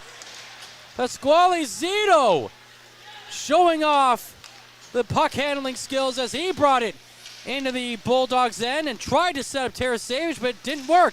And now the Bulldogs go the other way. The shot comes in. Okidonu snapped somebody's stick on that shot. And now the Battalion regain the puck, and they go the other way. It's Petrov centering to Nelson, and the backhanded shot is stopped and then sent out of the zone by the Bulldogs. 13 minutes to play in the second period. Still scoreless between these two teams who have really woken up in the last couple of minutes here. Tarasevic back in the zone down the right wing side. Tries to center it. Petrov's there. Zito's there, but nobody can get the shot off. It goes to the corner. Now back along the end boards to the near side. The Bulldogs trying to clear it. It's out of the zone, and that's Panmore with it. Panmore on the breakaway on the backhand. He is denied by DiVincentis, and he'll hold on to it for the stoppage and play as he throws up the glove to make the backhanded save. Well, that entire time, what a back and forth. But I was stunned. Justin Ertl cross-checked a Bulldogs player, broke his stick in front of the referee, and did not get a call. That was absolutely crazy. It happened right in front of the referee. There was no call on it. I was waiting. There was some more scrappiness happening in that play, and I was just waiting for something to happen. And this could be very interesting, I think, with the refereeing right now. If this game kind of gets out of control, they're going to have to start calling some stuff, but I could not believe that Ertl got away with that very blatant cross-check. Yeah, the last couple of games, it's been a little weird with the penalty calling. I mean, in the Sioux game, the Sioux didn't get a single penalty in the Battalion, or power play, and the Battalion only got one. And there's letting people play, but then there's a point where you have to make sure the game doesn't get out of hand, and this is a game that could get out of hand potentially. They've played each other twice already this season, and they'll do it after tonight once more back here at Memorial Gardens. 12 minutes to play in the second period. We are scoreless. And the puck is inside the neutral zone right now, controlled by the Bulldogs. They send it up ahead to Shirk. Shirk dumps it in towards the North Bay net. DiVincentis out of his net to play it back down the right side boards. And as he played that puck, he kind of crashed into the net, and it knocked it off its moorings. You know, you talk about this being a very well-played game so far for the Bulldogs. Well, at least, you know, they're not down by a goal against a very high-scoring team. But the Bulldogs, away from Hamilton, have a winning record. 10-6-2-0 on the road, just 7-12-2 at home. Some teams just like playing on the road a little bit better. Maybe there's a little bit less pressure. They like the kind of negative atmosphere they can get as a road team, and right now Hamilton is flourishing with that. North Bay forced the turnover. Here they come down the ice. Terrian down the left wing side, but he can't get the pass across. Good back check on that play by Lucas Moore of the Bulldogs. And now it's the Bulldogs who control the puck out to the neutral zone. It's Jack-Eye coming down the left wing. He gets thrown into the boards by Kennedy. Kennedy finds the puck on those boards, and he sends it out to Terrien, going one-on-one into the zone. Terrien down the right wing side towards the goal line. Centers it, but it gets through everybody. Picked up off the far side boards by Lukin. He tried to play it back down low. That one's picked off by Bujold, and he tries to clear it. Stopped at the line. Romani sends it up high. Procession's shot comes in, and the save is made by the goaltender. It's cleared out of the zone and down the ice. Nelson picks it up for North Bay. Coming through the neutral zone. Dumps it in. Nelson trying to get on the end of his own dump in off the boards, but it's smothered by Malbuff in net. And after the whistle, some pushing and shoving going along on the end boards. And again, we saw this in the game against Flint, where finally they just decided to send a couple of guys off just for the sake of it before they really started calling some penalties. Yeah, and I think that's probably going to be the end of the same thing here. It's going to start continuing to be scrappy, and I'm still kind of blown away by, like, there have been a couple of blatant calls, but I think that Ertl one was kind of the most outrageous non-call since it happened right there, and it broke his stick on the cross-check. But right now, if you're the Battalion, you got to find a way to finish your scoring opportunities. That's been the biggest difference maker. As good as Hamilton has played, it's really been the Battalion who are hurting themselves right now. North Bay off the draw, win the puck in the zone, and it's McDonald on the wraparound chance. He gets denied. McDonald got his stick stolen by Grushnikov, so then he runs into Shirk on, or check that, Panwar on the boards. And it looks like he got high-sticked as well earlier in that play. And now the Battalion, I don't know if McDonald ever cleared the zone as Jackson and Bloom brought the puck back into the zone. Man, McDonald is fired up this game. He's very, well, I mean, the referees have kind of created this precedent right now, but, like, there was no play. Like, you can't hit a guy like that because the puck's not even around, right? But what's happened is that the referees have allowed this precedent to exist, and it kind of feels like we're playing a video game here with no penalties on because it's kind of crazy how the referees just aren't doing anything, and it'd be interesting to see what their thought process is on it, but so far only one penalty, and it was a pretty blatant hook by Van Steetzl in the first period. Almost halfway through the second period, still no score. North Bay had the puck through the neutral zone. They bring it in. They've set up to Wakely, but it's off his stick and knocked wide of the net. On the near side boards to the point, that's Winslow firing it in, deflected, and it goes wide to the near side boards. Picked up in the corner by Ertl. Centers it for Wakely, and it's right into the pads of the goaltender Malbuff, and we've reached the halfway point of the period. It's scoreless into the second. This period is brought to you by Canada Alumni Perks. Get information on special events and news or access the alumni job portal. Visit canadacollege.ca/perks for more information. Halfway through the second period, still no score, Derek. What are you seeing? What are you hearing down at the ice level? Last time I reported that nobody was really talking between each team. Well, that has totally changed. Things have opened up here, and both teams are getting really upset with the officiating and how there's not being much called. Physicality really picking up these two teams. Almost left off where it ended last year in the playoffs. These two teams just don't like each other. It's really starting to come to a toll down here between the benches. And I wonder, Ben, if that, now that the benches are starting to get onto the officials, I wonder if that sets more of a precedent for them to actually make a call now. Yeah, they're going to have to do something because this game's going to get, again, as I said, it's going to get out of hand, and it's going to be interesting. I don't know, Derek, is there any talk down there at all about them chirping at the referees? I know they've been talking, they're not happy with it, but has there been any, like, super outrageous stuff that they've been talking about yet? The really one that they've been talking about is that cross-check that McDonald broke his stick over the back of the Hamilton Bulldog player. Yeah. All right, thanks, Derek. We're back underway. 9:45 to play in the second period, and it is scoreless, but it's Ertl with the puck in the corner, centers it. Van Steetzl had it for a second. He tried to chip a backhand in, but that got blocked. Now it's at the line. Christopoulos with a wild swing at it to keep the puck alive in the zone. Sends it to the corner where Ertl throws a hit on Gil Shane. The puck comes whipped around on the near side boards, and that will be picked up by the Bulldogs' Rebello, and he gets it out of the zone. And then the far side of the neutral zone, it's fired right back into the zone by the Battalion.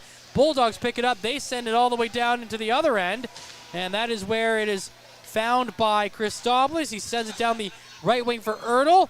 He sends it up ahead to Zito. Zito to the right side to Petrov. Walking in, the shot goes off the end of the stick of the goaltender Malbuff, and it's into the far side corner where Petrov finds it for the Battalion. He tries to center it to Tarasevich. It's picked off by Vanaker there, and he comes down the ice, and he's knocked off the puck coming in over the blue line.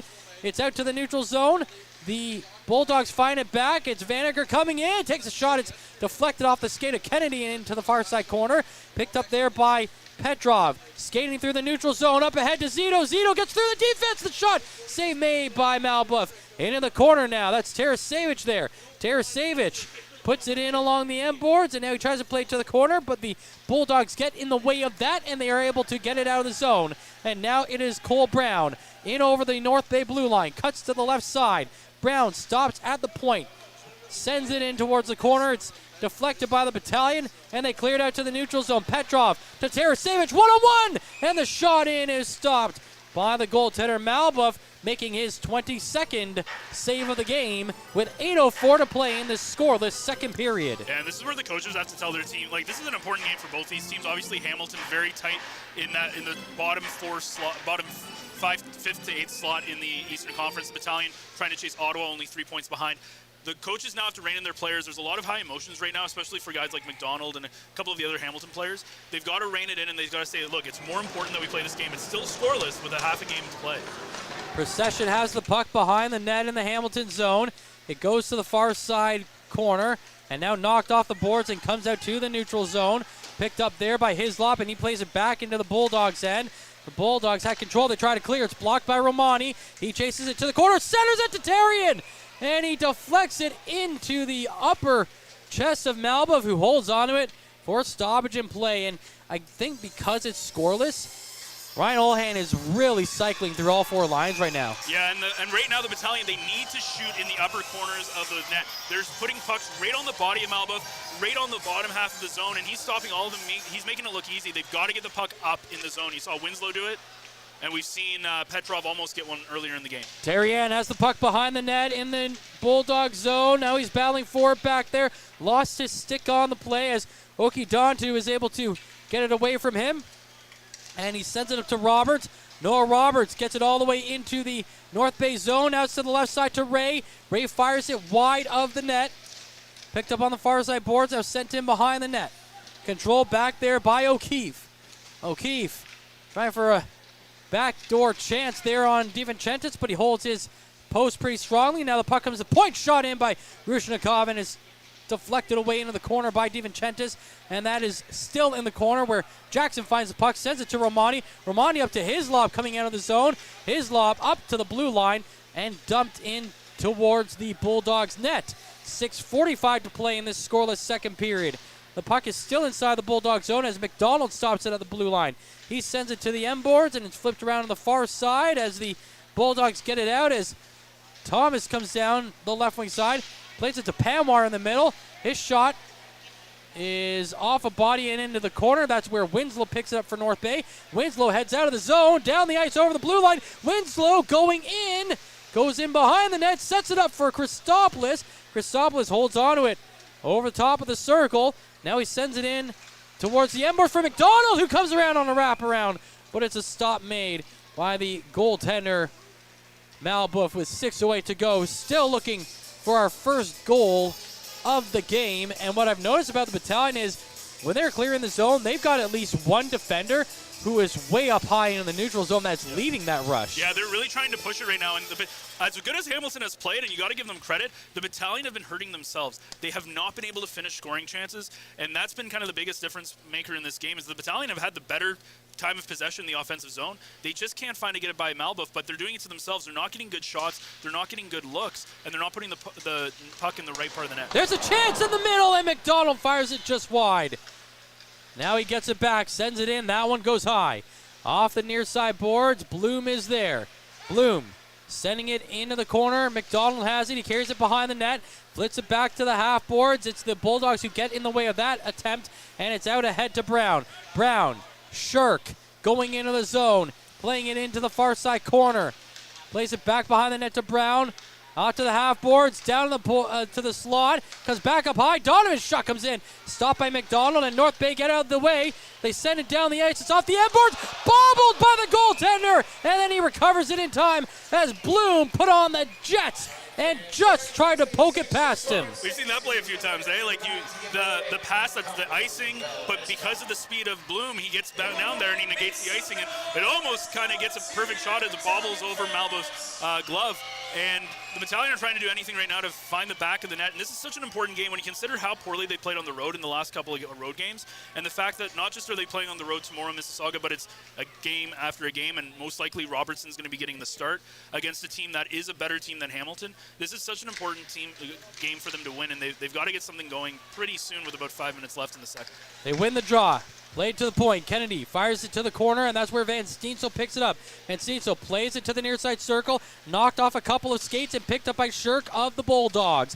Shirk sends it into the North Bay zone with 5 minutes to play. North Bay sent it right back out. Ertl ahead of one defender, but he puts on the brakes and stops on the near side half boards. Now he skates to the blue line, sends it to the left side back down in the corner for Wakely. Tried to play it to the slot, knocked away by the Bulldogs and cleared out of the zone. In the neutral zone, North Bay have control, and they come right back in. It's Lucan down the left wing boards, leaves it for Wakely. Wakely trying to play it across to Ertl, and is knocked back into the boards. Couple of guys digging away at it. Roberts finds the loose puck and clears it to the near side, gets it up ahead to Thomas. He comes down the left wing for the Bulldogs, gets it to the attacking zone. Thomas now to the right side circle, sets it up on the one-timer. That shot goes wide. Picked up behind the net. They try to send it to the near side to Roberts. Roberts plays it back below the goal line, now back up high. Okidantu across to the right side. Shot comes in, stopped in the slot, kicked into the corner, now picked up behind the net, centered, and the puck just goes wide. Rebound chance, they score. It bounced off a couple of bodies before it made its way past DiVincentis, and with 4:12 remaining in the second, the Bulldogs have a 1-0 lead. Patrick Thomas on the goal. Well, this all stems actually from Justin Ertl. Looks like he injured himself earlier on in the play as he's holding on to his left hand, and he was the only one in front of that net, and you could tell that he just wasn't able to get a comfortable feel there, and I'm not too sure if he's going to stay in this game or not as he goes onto the bench, but he was definitely favoring his left hand for some reason. Maybe he pulled something or twisted his wrist there, but either way, what a way for Hamilton to kind of get into it. And we talked about how bad the Battalion are when trailing after 2 periods. Right now, the Hamilton Bulldogs have done a great job when you have set up in their own zone. They've got to create some transition opportunities if the Battalion want to score here. That's the 12th goal of the season for Thomas as the Battalion are looking to respond. They play it to the point. Nelson's shot comes in, and it's a glove save made by Malbuff, and that is actually 8 straight games with a point for Patrick Thomas. 3 of those games are multi-point games, so he's coming on really strong here in the second half of the season. In fact, since going all the way back to December 10th, he's only been held to no points twice. Yeah, and he leads the team for a reason. He's been very good in the absence of Logan Morrison. Play underway, and the Battalion score off the draw. What a huge goal for the North Bay Battalion. I believe that was Petrov in front who got that goal. Beautiful setup behind the goal line, right in front of the high slot, and that is the shot. Remember, we talked about them getting up in the zone and not into the body of Malbuff, and what Petrov does, he does exactly that, and it causes this to be a 1-1 game. What a huge clutch goal for the Battalion, who had a goal. Remember, Winslow's goal was called back at the beginning of this period, and that really kind of set the tone for this very rough kind of run and gun period that we've had so far in the last probably like 15 minutes or so since that play was brought back. And what a huge play for the Battalion, not just to finally beat Malbuff legally and cleanly, but to actually kind of get into this now be a tie game and kind of have momentum back on their side. And that took all of a minute and a half to tie up this game. So the Battalion have evened things up, and now they're looking for more as Nelson fires it, and it goes high over the glass and out of play. One of the unsung things about that goal, though, is if you're Hamilton, you have been outplayed by the Battalion, but Malbuff's done his job in net, right? At that point, he stopped about 25 shots, give or take. and you finally get one by DeVincentis, who's, again, one of, if not the best goaltender in the Ontario Hockey League this season. And it happens in kind of a lucky way, right? A couple of lucky bounces. You have a 1-0 lead. You're going into the third period. And with the Battalion doing that, it totally destroys any sort of momentum that Hamilton has, and it really puts momentum back on the Battalion side.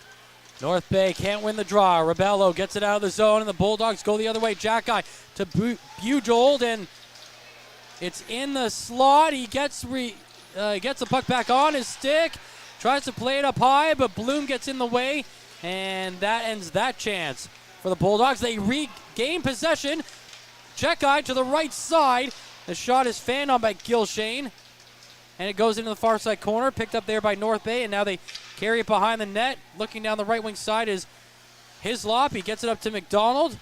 McDonald to Jackson, back to Hislop, coming in on the left wing side into the attacking zone. Tried to center that one for Bloom, but it's knocked away from his stick, and now it's Panwar going the other way for the Bulldogs. He sends it towards the net.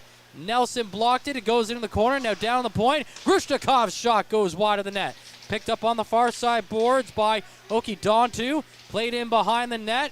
Panwar picking it up back there for the Bulldogs. Kicks it to the corner. Now the play goes in the slot, and it's away from everybody, and it clears the zone with 2:20 to go in the second period. 1-1 now the score. McDonald coming down the left wing side. Plays it to the left side boards for Jackson. In behind the net. It's picked up by Van Steensel. Van Steensel tried to carry it to the corner. Lost it in his skates. Now McDonald regains the battle for it. Sends it around to the near side to Van Steensel. Up high to Christopoulos. Across the left side. The shot from Winslow comes in.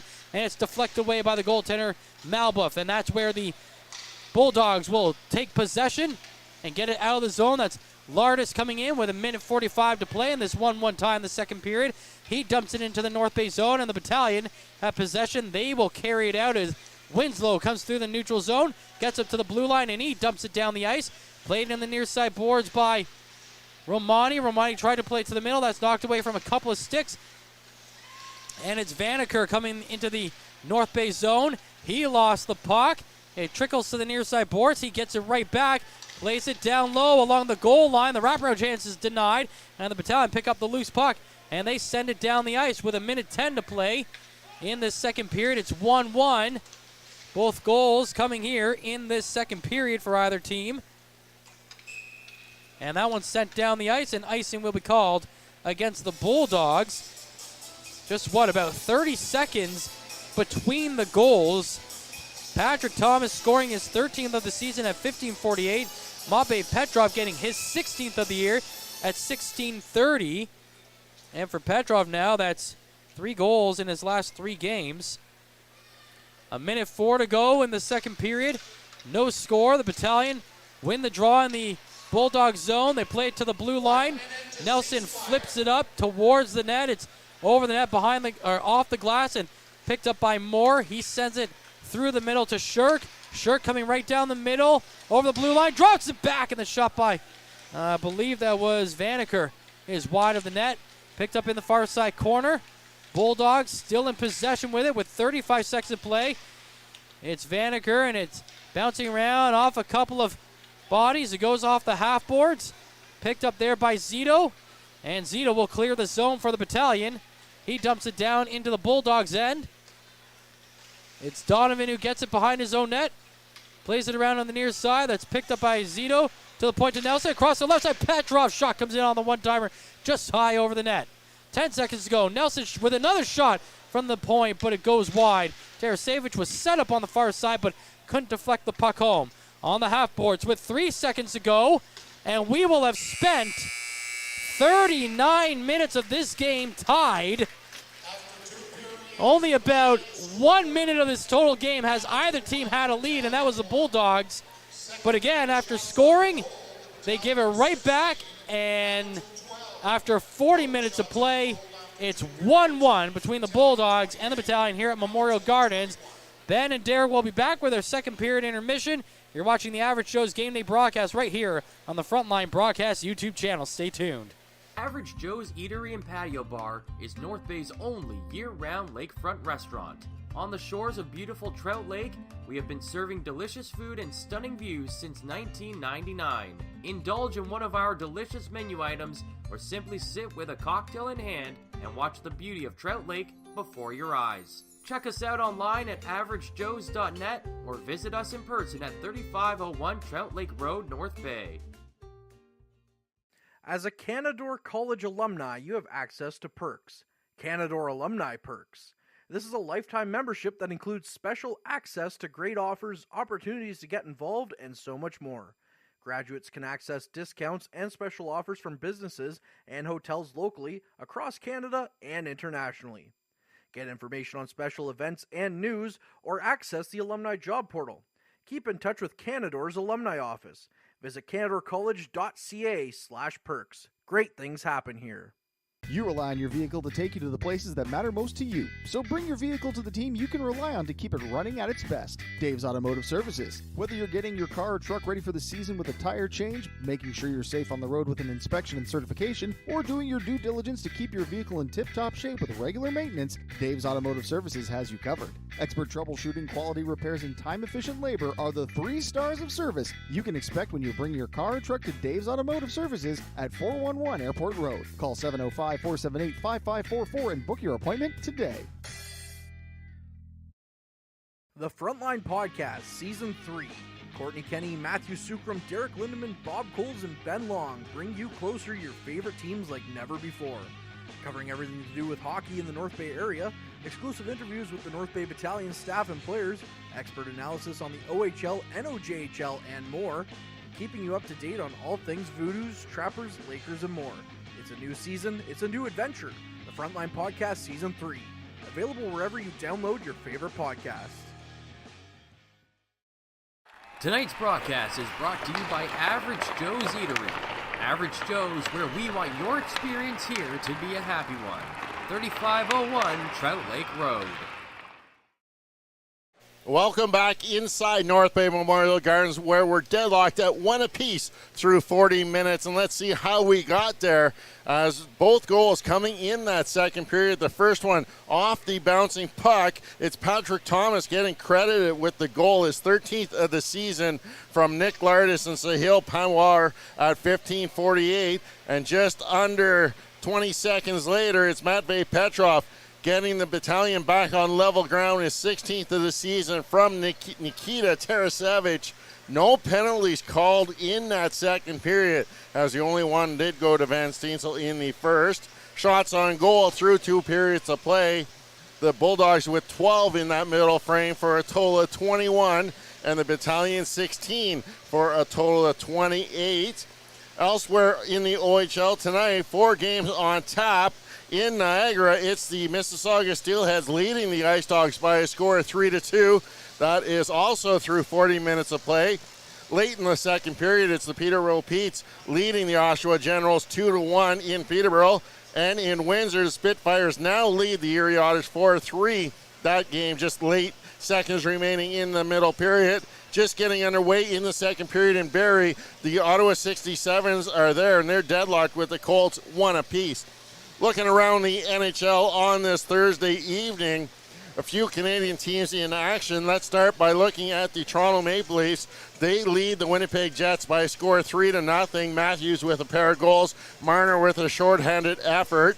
In Montreal, the Canadiens are really losing it to the Florida Panthers. That game 4-0 late in the second period. Ben Long, if you're listening, not looking good there. And the other game is the Edmonton Oilers. They host the Tampa Bay Lightning. That game set for a 9 o'clock start there in Edmonton. Well, Ben, that was an interesting second period.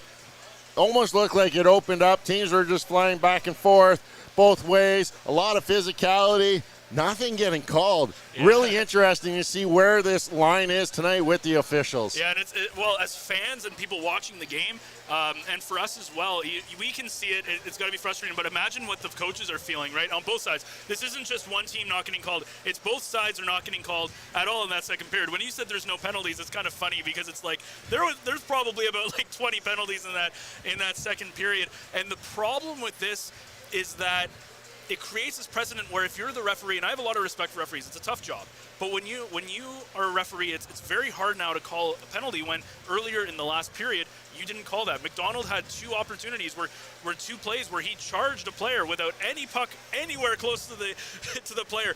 No call. We saw him get high sticked. We saw Bloom get high sticked. We've seen McDonald break his stick. Oh, I thought it was Ertl, but I think it was McDonald who broke his stick over one of the Hamilton players. It was absolutely crazy the amount of, and right in front of the referee, I might add. These aren't calls that are being missed, so it's very kind of interesting. And I think really that Winslow goal that got called back in the first minute and a half of the second period, I think was the catalyst for all this. And then it really just kind of snowballed. And the big problem with this is when these things were happening, it was creating a lot of odd man rushes, and both teams were playing very, very sloppy when this was happening as well. Yeah, and probably Hamilton did get their best chance with an odd man rushes, as it was Ty Nelson pinching right around the red line, missing the puck, sending the Hamilton player in all alone, and DiVincentis getting that left leg against the ground and just keeping it still a scoreless game at that time. Yeah, and then they kind of get a little bit lucky on that first goal. Not just the bump, but the fact that Ertl looked like he might have injured his left hand a little bit. He went back to the bench. I don't know, did you see anything on that play at all? No, it was Wakely that stayed down even longer, so he was the curious one that I was looking at more on the bench.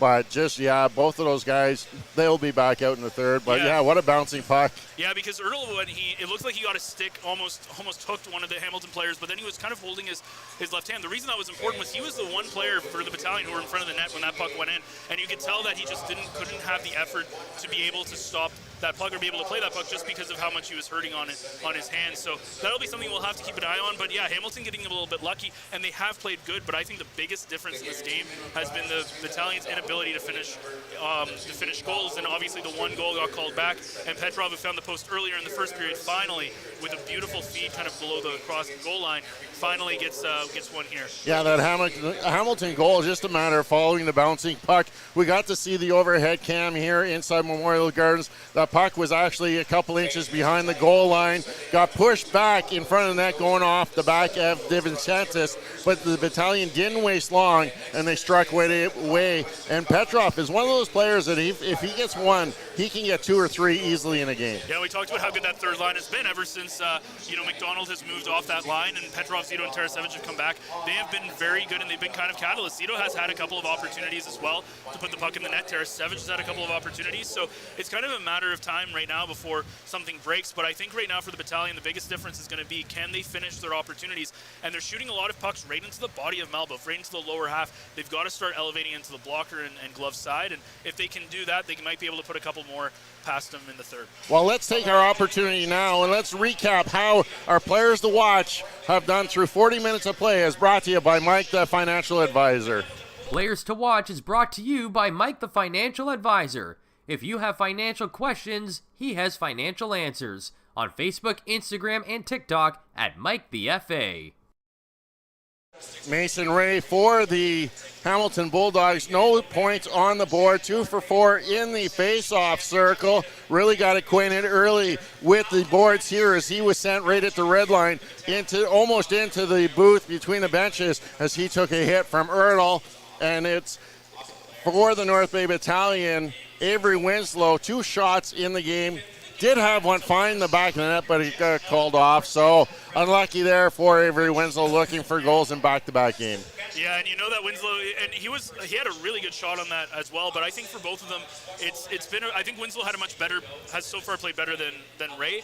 But both of them have had some decent opportunities. And Ray, the big thing for him is going to be how he does on the face-off. Again, since January, he's been about a 50% face-off winner, and so far he's continuing that trend this evening. And talking about Mason Ray, a lot of times when you are coming up in the league, don't take many defensive face-offs. I know a couple times I've seen him out there taking the face-off in the defensive zone, winning one of those draws. That means a lot of things to head coach Jay McKee, because he has some confidence in putting out Mason Ray in the defensive zone when it's really crucial time.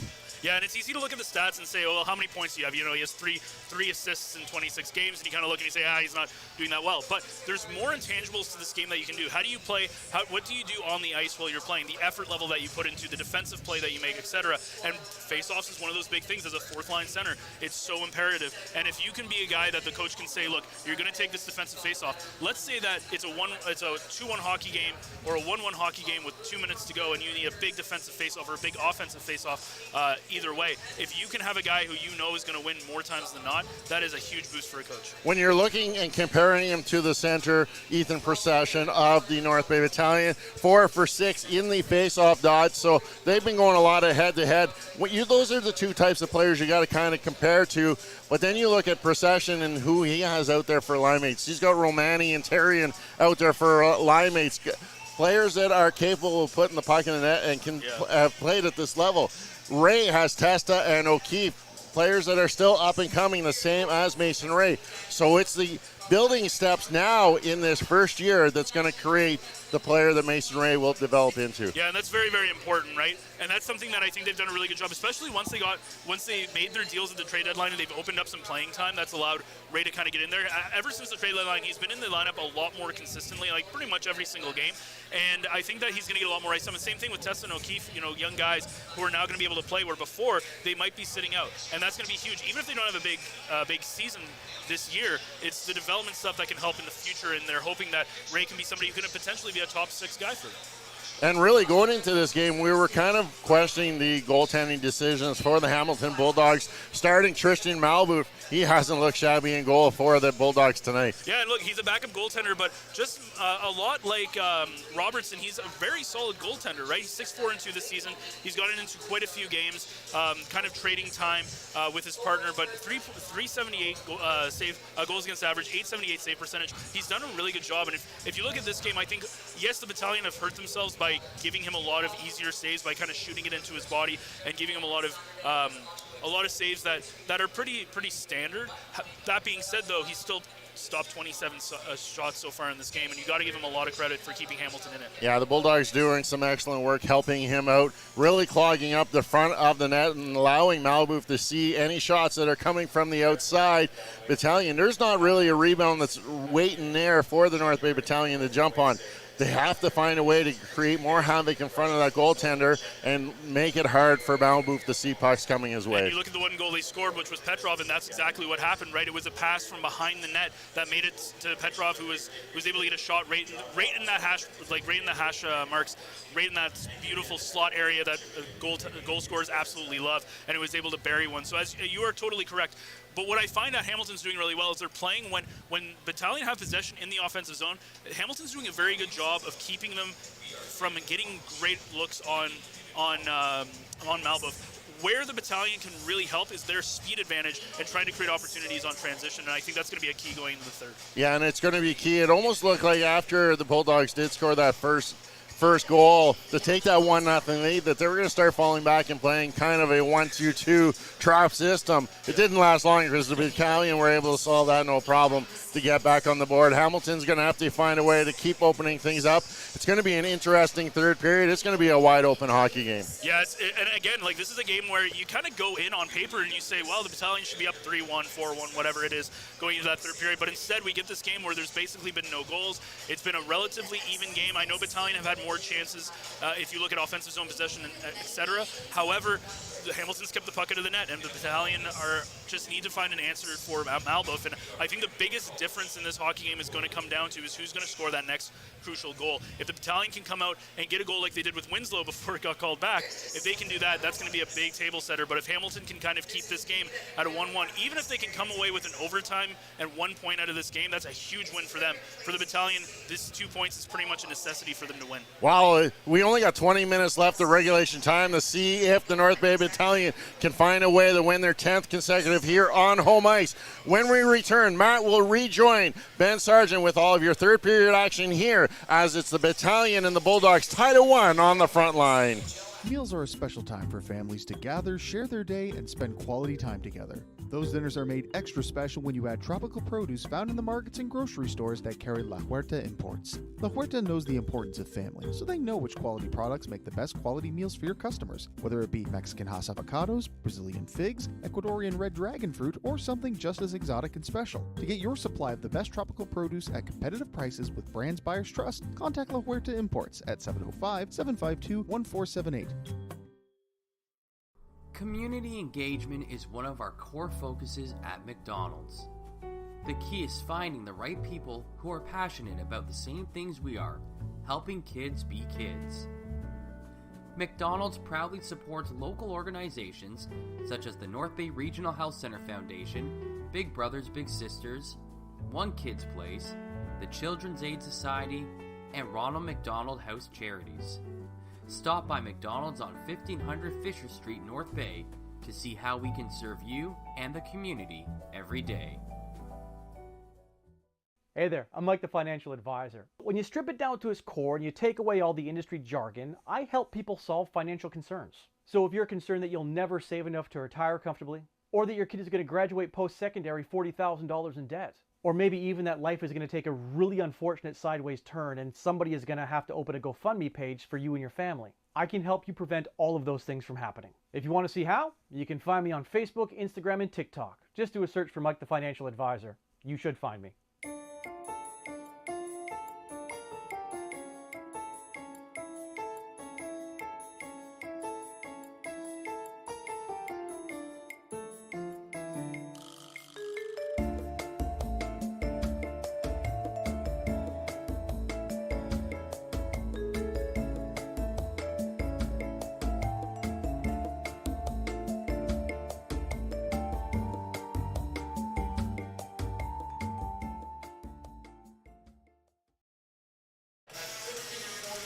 Welcome back. I'm Matthew Sukram alongside Ben Sargent. We're getting set up for the third period. It's 1-1. Matvei Petrov's 16th goal of the season is the lone goal on the board so far for the North Bay Battalion. And we'll see if they can add to that here in the third, while the Hamilton Bulldogs are looking to see if they can steal away another victory on the road. They are 1-1 against the Battalion so far this season, both those games taking place down in Hamilton. McDonald has the puck inside the North Bay zone. He flips it up to the neutral zone. Bloom has it, sends it over to Jackson over the blue line. Shot save made, rebound into the slot, but cleared away by the Bulldogs to the near side boards. Now it comes to the line, fired in by Hislop. It's off a stick and into the corner. That's where the Bulldogs will pick it up and send it down the ice. Hislop chasing it all the way in. Holding it behind the net. Now he sends it up into the neutral zone for Bloom, over to Zito. Zito skating in on the right side, gets through, and he sends it off the shoulder of the goaltender Malbuff. Man, he has had to make some big saves. That is his 29th of the game. And as the Bulldogs try to bring the puck over the North Bay blue line, Christopoulos shoves the player down, and the Battalion come right back into the Bulldog zone. Tarasevic fires it wide of the net, but then Petrov is there and he can't bury it. Matvei Petrov from the sharp angle, almost right along the goal line, but he had an opening. He just could not find the seam. And now it's sent back into the North Bay zone. Zito has it. Flips it back to the far side corner. Now stretch pass down the ice to Petrov in the neutral zone. Drops it back to Zito, who now carries it over the blue line. Zito's pass as he came over the blue line is picked off by Vanaker. Check that, Rebello. And Rebello carries up to the North Bay end, but they go offside. So 18-15 remaining in the third period. It is 1-1. Well, the big keys for the two teams here is going to be for the Battalion. It's going to be trying to get out to an early start in the first 10 minutes. Try and get a goal. Try to get the lead. If you're Hamilton, your focus in this period against a team like North Bay is try and get this game to overtime. At least secure 1 point. And then if you get a chance to take the lead, obviously more the better. But you got to be thinking a little bit defensively and say, hey, let's try at least getting this thing to overtime. The Battalion dumped the puck in towards the Bulldog zone, held behind the net back there by Oki Dontu. He sends it to the right side now, up high in the zone to Jack-Eye. Jack-Eye turning, going in back towards the front of the net with Romani putting the pressure on the forecheck. The Bulldog getting the puck past Romani, down on the right wing boards and sent down the ice as Kennedy will now play it all the way behind his own net in the North Bay zone. Flips it to the boards to Wakely, up to Romani. Romani at the blue line. Battles to get it out of the zone to Van Steensel, who sends it into the Bulldogs end. Picked up by Okidantu. He falls down right in front of the North Bay bench and then just sits on the puck for a second. North Bay get the puck away from him, up to head to Terrien. He comes in over the blue line, but Procession was a step ahead of him, and that will blow down the play with 17-16 remaining in third, 1-1. Well, we talked about that there were no penalties in the last period, although there was probably about 20 opportunities for there to be calls. So I think keeping a look on the ref or the officiating in this third period is going to be interesting, and how nasty this game could potentially get to. And at one point, will the refs step in and say enough is enough? Yeah, or do they continue how they've been calling the game, which is not really calling a game at all to this point? That's Sean Reed and Brendan Schreider as your referees. Darren Long and Charlie Giesler are the linesmen tonight. Play underway inside the North Bay zone as Mason Ray has it. He flips it to the left side. The shot coming in, save made by DiVincentis, his 21st of the game. And now it's up ahead to Petrov, skating down the ice, behind the defense, he scores! Petrov on the breakaway makes it 2-1 North Bay. Well, have you noticed that Petrov in the last few games has put this team on his back, it seems, that sometimes. We talked about Ty Nelson doing it, but Petrov has some timely goals. This is his second of the game so far. He's had almost his third if he could have buried that one that hit off the post back in the first. And what an absolute play by Petrov. We see the speed again. He beats out the Hamilton defender, goes in all alone, finds the 5-hole on Malbuff, and what an absolute huge goal. Again, what did I say? It had to be a goal early on in the period, and here about 3.5 minutes in, the Battalion have it. And this is where they thrive. When they have leads in the third period, they do not let them go. He entered the game as the 8th highest scorer in the OHL, most of that coming from the setup area with 39 assists. That's third in the league coming into the game, but he's got the 2 goals for the Battalion in this one to get him up to 17 on the season. And ever since that, him and Zito and Tarasevic have been back in it since McDonald's come back, he's definitely taking more opportunities to shoot the puck, which has helped him a lot. Play underway inside the North Bay zone. Avery Winslow gets it out of the zone up ahead to Bloom. Josh Bloom coming in over the blue line.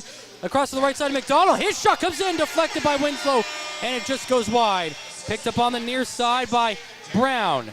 Brown skating down the ice, sends it to the near side boards, but that's where the Battalion recover the puck. They send it up ahead to Bloom. Bloom going one-on-one in the zone. He's pulled down in the slot, and there won't be a call coming there as even Lucas Moore, the player who committed the infraction, kind of stopped playing, thinking he was headed to the box. Oh, there's some pushing and shoving between the two of them now. That could get a little ugly.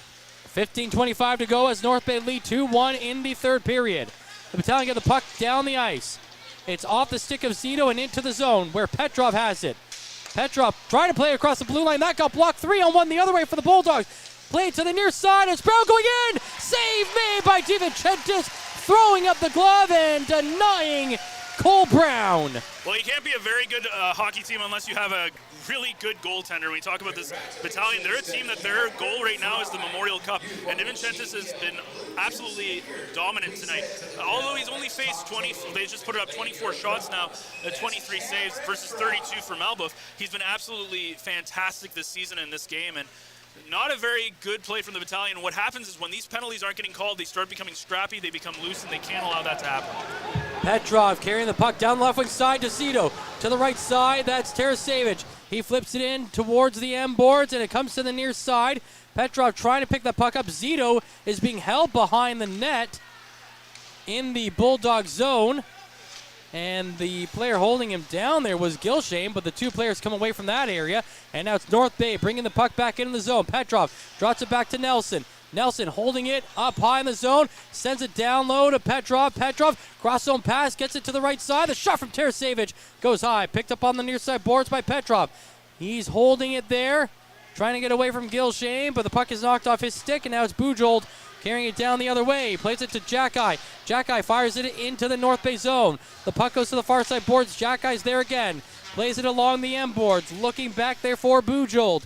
Bujold twisting and turning, trying to get away from his lob with 14 minutes to play in the third. Still in the far side corner. A couple more guys joining that foray. It goes off the half boards. Picked up by Tarasevic. Tarasevic carries it up to the blue line. Takes a whack at it. Gets it out to the neutral zone to Van Steensel. He plays it back over behind the blue line. And now he'll try to play it forward. He gets it up to the stick of Wakely. Wakely going in over the Bulldogs blue line, in behind the net. Goes to the right side corner. Wakely, who's had a couple scoring chances today, he can't get the pass converted.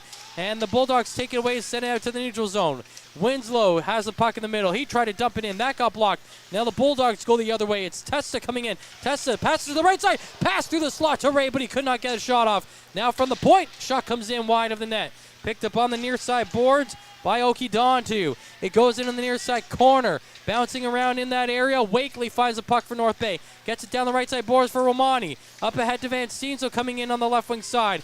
Van Steensel couldn't carry it over the blue line, and that will allow Roberts to get it in the neutral zone for the Bulldogs. He sends it wide of the net, picked up off the boards by Testa. He can't get a shot off, and now North Bay find the loose puck. They get it to the neutral zone with 12:50 to play, and it's dumped in by North Bay. They lead 2-1 as they get a line change in, and it's the Bulldogs taking that time to get the puck out of their zone.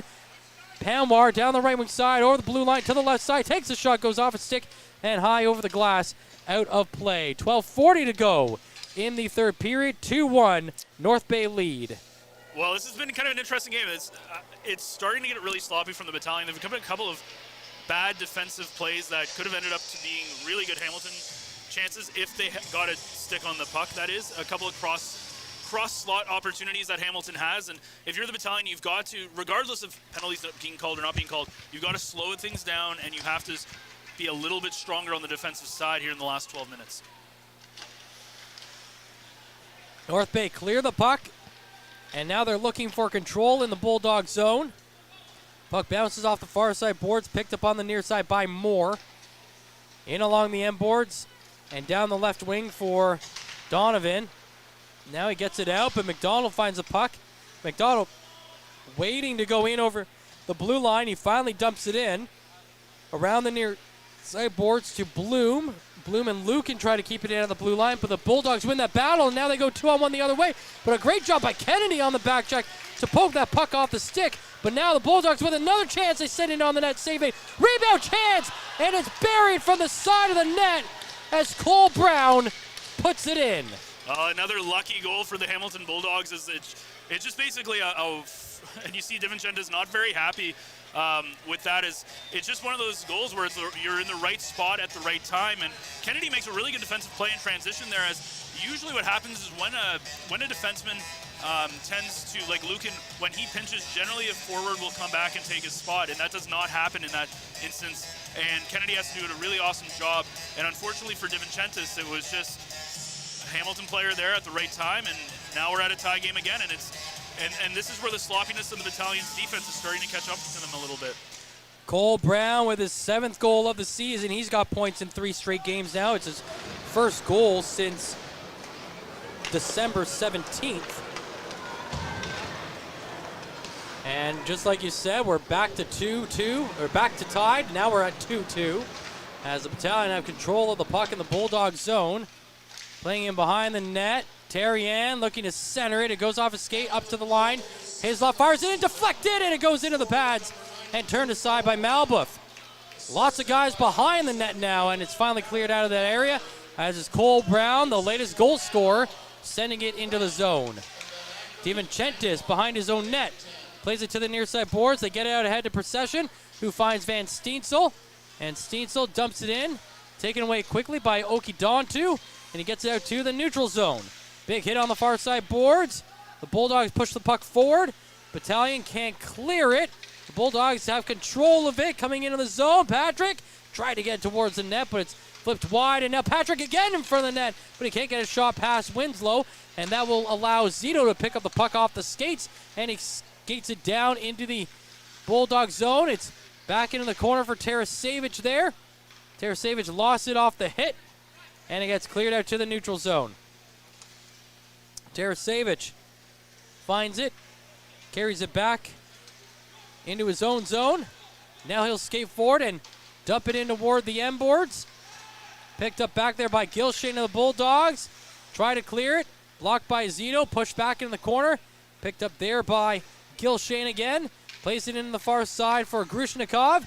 Played off the boards. Out to the neutral zone. The Bulldogs dump the puck into the far side corner. Lukin chasing. Lukin looks like he lost his balance as he went hard in the corner. But he gets up, looks to be okay as the Battalion find the puck. And they get it out of the zone with Petrov leading the way. Try to flip it up ahead to Christopoulos. It's blocked. Back down the point to Zito. Zito with a shot in towards the goaltender, but he holds on to it for the stoppage in play. 9:42 to go. Halfway through the third. 2-2 the score. We'll take a break, and then we'll get Derek from down below. Meals are a special time for families to gather, share their day, and spend quality time together. This period is brought to you by Canada Alumni Perks. Get information on special events and news or access the alumni job portal. Visit canadacollege.ca/perks for more information. Meals are a special time for families to gather, share their day, and spend quality time together. Those dinners are made extra. 2-2 the score. Derek down below. How are the teams feeling after both teams getting a goal here in the third period? You know what? Both teams just feeling at home here again. They're back on level ground. The Battalion looked to get that advantage as Petrov using his speed to go wide. But it's another bouncing puck that finds the way past DiVincentis that tied things up here. How long can the Hamilton Bulldogs live on these bounces? It's going to be interesting to see. That's one thing we talked about down here between the benches. Tom Martineau called it that if Petrov gets one, he's going to get a couple. And you know what? He was right, and it's going to be interesting to see if he can finish off that hat trick. And we'll see if he can do it. Not out there on this shift coming off the mid-period break as the Bulldogs move the puck down the ice. They get it in front of the net, but it's just out of the reach of Lawson Shirk. Now he finds it on the boards and sends it in. DiVincentis makes the glove save, and as Derek pointed out, it is the bounces that the Bulldogs are taking advantage of. But again, you got to feel for Wyatt Kennedy on that back check, right? He makes a beautiful poke check to stop the initial 2-on-1, but no one recovers for him, and that allows the open guy to move in towards the net. Yeah, and there have been a couple of opportunities that Hamilton has had where they just can't get the puck on the stick, and it seems a couple of times that they have, it's been those bouncing pucks, and not much that you can do as a goaltender for DiVincentis. There's a shot going in, tipped, and it's past DiVincentis, and all of a sudden, the Bulldogs have a 3-2 lead. That's kind of the way that it goes. The one point I was going to make was ever since coming back from the Christmas break in that game against Sudbury at home on the 28th, the Battalion have not given up. When they've gotten a lead in the third period, they have not given up that lead at all. And this is the first game. Now, all of a sudden, with about half a period left, less than half a period left to go, you're now down 3-2. And we talk about the importance of this game, not just from a Hamilton perspective, but also from a Battalion perspective with them going into Mississauga tomorrow night. And if you're Hamilton and you can come away with a victory here, you just beat Ottawa, you beat Kingston, you beat North Bay. That's going to be a huge confidence booster for you, but we'll see what happens in the next 9 minutes. Sent down into the North Bay zone. DiVincentis plays it in the corner. Now it's McDonald on the half boards. Plays it back in the corner for Nelson. Sending it around to the near side boards. The Bulldogs keep it alive in the zone. Patrick Thomas playing it on the corner. He's knocked off the puck, and the Battalion get the puck out of the zone. Nelson dumps it down the ice, but that will be icing called against the Battalion. 3-2 lead for the Bulldogs with 8:58 to go. North Bay going into this game were 6-0 when tied after 2 periods. They are 15-2-0-1 here at Memorial Gardens. Yep. All the stats and the numbers pointing in their favor after Petrov took the lead to make it 2-1. But it's been all Bulldogs on the score sheet since then. And you can say it's the lucky bounces, but at the end of the day, the Battalion have kind of done it to themselves. They have not finished the chances they've had, and they've played very sloppy defensively in that second and now this third period where they've given way too many opportunities for the Bulldogs. Now, that last goal was kind of a fair goal for the Bulldogs. There wasn't any lucky bounce there, but at the end of the day, it ends up catching up to you, and right now the Battalion, they don't really necessarily deserve to win this game the way that they've been playing in the last 40 minutes. Here comes Jackson down the ice. Drops it back to Bloom. Bloom tried one more draw pass. That didn't work. And now it's Vanaker going the other way. He goes to the middle, plays it to the left side. Shot comes in. It goes off the post. Shirk picks it up behind the net. Now he switches spots with Brown. It goes in the near side corner, and Brown is controlling. Sends it across to the left side. Shot comes in for Grushnikov. It's stopped by DiVincentis, but the pass comes right back out. Grushnikov again with a shot, and that one goes high on the stick side. Playing to the near side corner. Couple of hits thrown. Puck comes down the half boards. Patrick is pushed into the boards by McDonald. McDonald in the corner for Hislop. Hislop tries to play it out ahead. That gets blocked, and now it's Brown taking over, keeping it in the zone for the Bulldogs with 8 minutes to play. He goes back in the corner, sends it behind the net. Now back out in front. Brown's right there looking for control, but he lost it. Down the point. Gilshane's shot comes in. That one stopped. Down the point again. The shot goes wide of the net. Picked up on the near side. That is controlled by Brown. Now he passes the point. Shot from Gilshane comes in. That one's wide of the net. Still inside the zone, and it's been there for almost a minute now. The Battalion just cannot clear. It's down the point to Gilshane again. Across the left side. Grishnikov shot comes in. Nelson stops it. Nelson flips it up off the ice, but it hits the scoreboard at the neutral zone to blow the play down with 7.5 to play in the third period. 3-2 Bulldogs lead. Hamilton's showing you what do you do when you have a lead late in the or kind of the mid to late third period, and that's you create offensive zone pressure, and that's what they've been doing, and that's something that the Battalion needs to get some offensive chances. They can't kind of lily-dally their way through this third period. This is going to be interesting to see what this Battalion team is going into this game. Like, if you're Ryan Houlihan, you can't be too happy with their performance in the last two periods, just because this is a game where they should be leading. This shouldn't be an issue for them. In the neutral zone, the Battalion looking for control of the puck. Winslow finds it right at center ice. He tries to play it to the right side of Petrov. Petrov lost control of it. That allowed the Bulldogs to get it and dump it down the ice. It's played around to the near side boards. Winslow takes a hit in the boards, but Zito finds the puck to help out his defenseman. And Zito with speed going down the ice over the red line, over the blue line, dumping it into the corner, going in behind the net. Try to gain possession there, but the Bulldogs take it away from him, and they clear the ice, or clear the zone, sending it down the ice into the near side corner. A couple of guys digging away at it there with 6:40 to play in this 3-2 Bulldogs lead in the third period.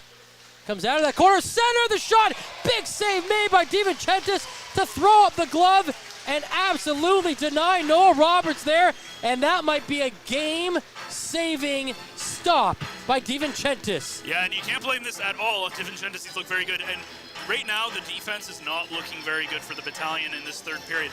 They were given an opportunity. They scored 2 unanswered goals from being down 1-0 to being up 2-1 with about 17 minutes left in this hockey game, and they gave up 2 unanswered goals to the Hamilton Bulldogs, and that's been the difference maker in this game, is that they need to get some momentum here, and you need to, where's the McDonald's, where's the Blooms, where's the Jacksons right now, and the Nelsons, these are the people who need to step up, and they're your big goal scorers. They've got to be the ones who step up and try and tie this hockey game. 6:33 to play in the third. 3-2 is the score in favor of the Bulldogs. The Battalion outshooting them just by 3 shots. 34-31 in that category. The puck is dropped. The face-off is won by North Bay. They get it around to the near side. Bloom sends it out to the neutral zone, but McDonald got tied up on the boards, so he couldn't control the puck, and it's right back into the North Bay end. Lukin looking down his left side boards. Lukin fires it into the far side corner in the Bulldogs' end. Picked up behind the net. Gilshane gets it out down the right side. It's knocked off his stick and played to the far side in the neutral zone. Now Hislop throws a hit, and he tries to get the puck across the neutral zone. It's blocked by the Bulldogs and sent back into the North Bay end. Lukin on it, looking to chip it off the boards, but Panwar steals it. Panwar to the right side, shot coming in. Save made on Vanaker. And that's another big stop by DiVincentis, as you just mentioned. The defense not playing a great third period here, and Lukin right there with an opportunity to get the puck out of the zone, but he just gingerly touches it, and it causes a turnover. Yeah, and the thing with the Battalion, when they went up 2-1, I was thinking to myself, man, they find a way to win all the time. They haven't played the best game. They haven't had the bounces go their way. And now it just seems like Hamilton just wants it more. And you got to give them credit. They have played very well in their last 3 road games, and they're right now 5 minutes away from picking up 3 straight wins. And the last time they beat the Battalion, it kick-started a 4-game win streak. They haven't strung together more than 2 wins in a row, though, at any point since that November 25th win that got them those 4 wins in a row that ended on December 2nd. Van Steensel fires the puck into the far side corner in the Bulldog zone. It's picked up in that area by Moore. Moore gets it down the right side boards to Cole Brown. And Cole Brown now leaves it there for Shirk.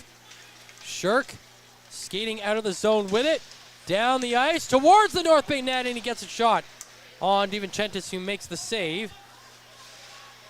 The Battalion just taking a lot of time to get the puck out of their own zone with just under 5 minutes to play now in the third period, with the Bulldogs ahead 3-2. One of the things that make the Battalion such a good team, though, is that in the third period, they lock it down, they find ways to win. And right now, the opposite is happening to them. Hamilton's doing exactly that. They're putting a lot of offensive pressure on them, and they're not allowing them to get opportunities to score. The Battalion looking to bring the puck out of the zone, and one Battalion player is hit behind the play, and it's Tarasevic, and he's struggling to get to the bench. DiVincentis is out of his net, so there will be a penalty coming up against the Bulldogs whenever they touch the puck. It's inside the Bulldog zone, and there it is touched by Bujold. And so with 4:23 left in the third period, we have our first power play of the game for the North Bay Battalion. And kind of a sarcastic cheer from the fans here at the Gardens, as finally there's a penalty called. And now here's the thing: we talked about the Battalion. They were 3-6 the last game. They've looked a little bit better on their power play lately. They've moved all the way from 18th up to 13th recently. And here's the big thing going into this power play. This is going to be, I think, the make or break right now. You've got, at the end of this power play, there'll be 2:23 left to play. If you can score and tie it up here, that's going to be the kind of major. I think this is going to be really the point of the game that's going to make or break this game. Slashing is the call.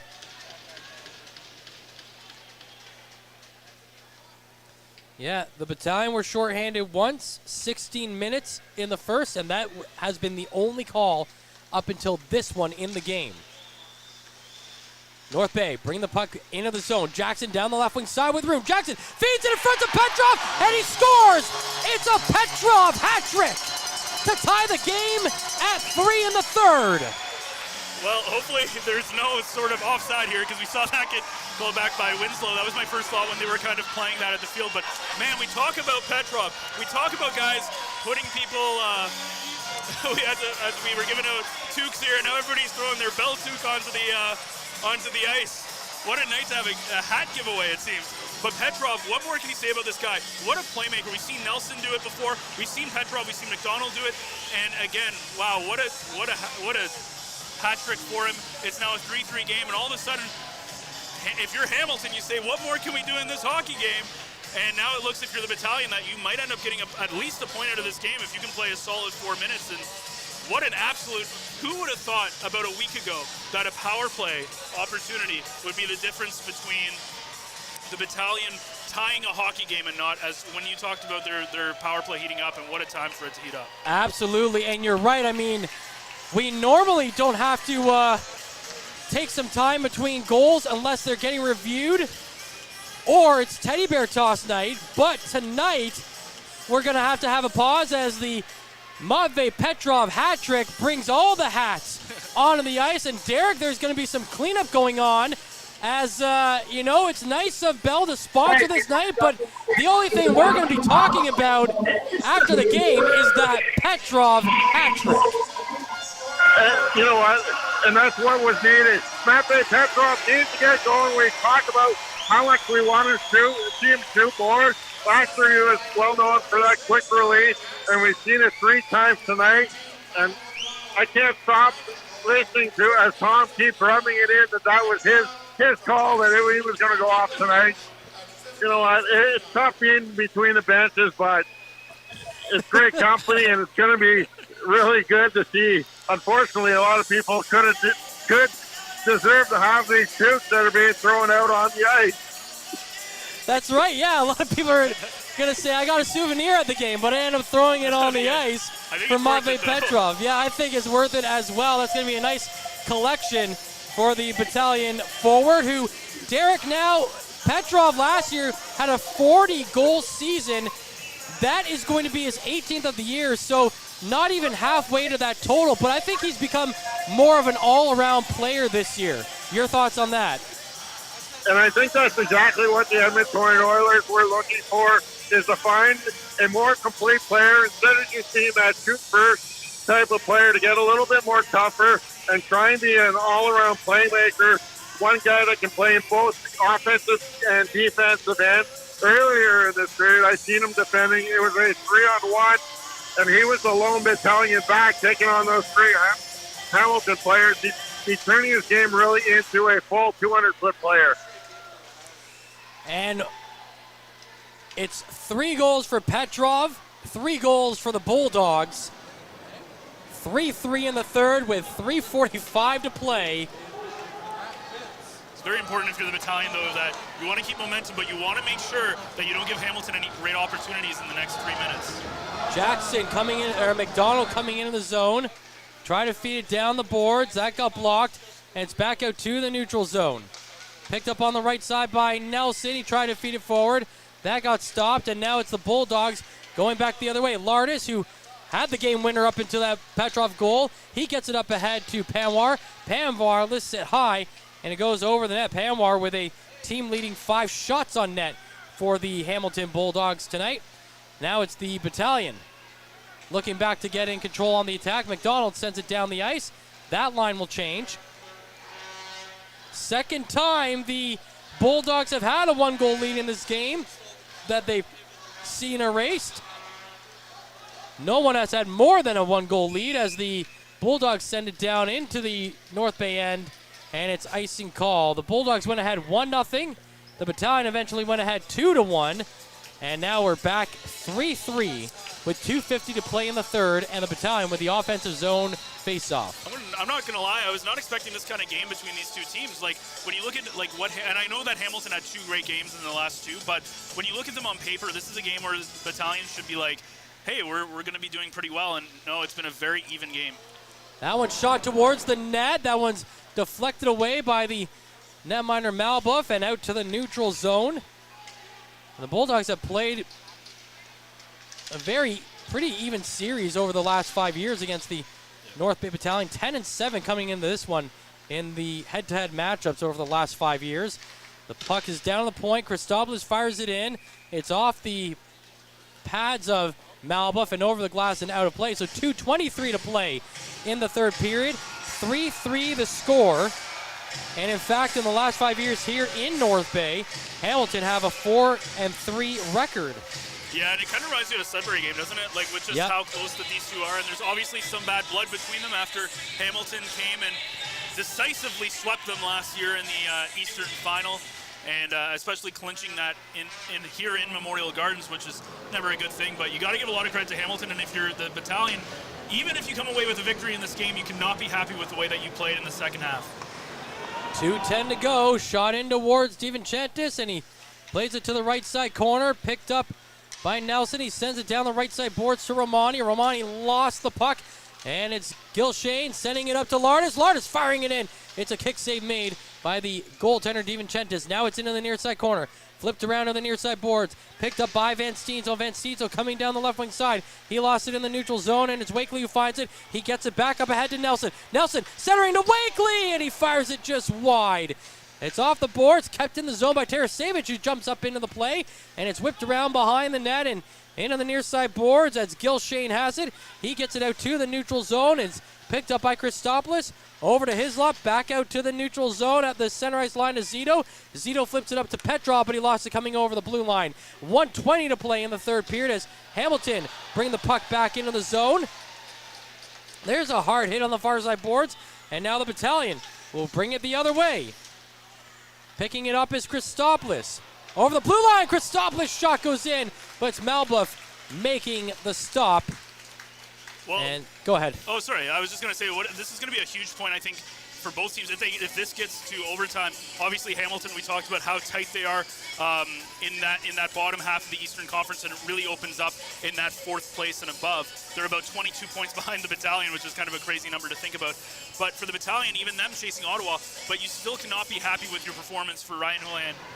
As again, you look at this game, and this is a game that you should have. This should be like a 7-3 hockey game. And unfortunately for Battalion, they played very sloppy defensively and have allowed Hamilton to get back into it. 50 seconds to play in the third period. 3-3 the score. Played around the far side corner. Lardis sends it up to the line to Gilshane. Gilshane coming through the neutral zone, across to the right side. Picked up by Donovan. He backhands it in towards the far side. Brown picks up the puck there, but he lost it. Nelson finds it for North Bay. Sends it around the near side. Winslow hit by Shirk. Finding the puck is Bloom. He flips it up high. It's in the neutral zone. McDonald tries to bring that one down. Goes over the blue line, and he gets knocked away from the puck. It's sent out to the neutral zone. Winslow finds it. He comes in on the left wing side.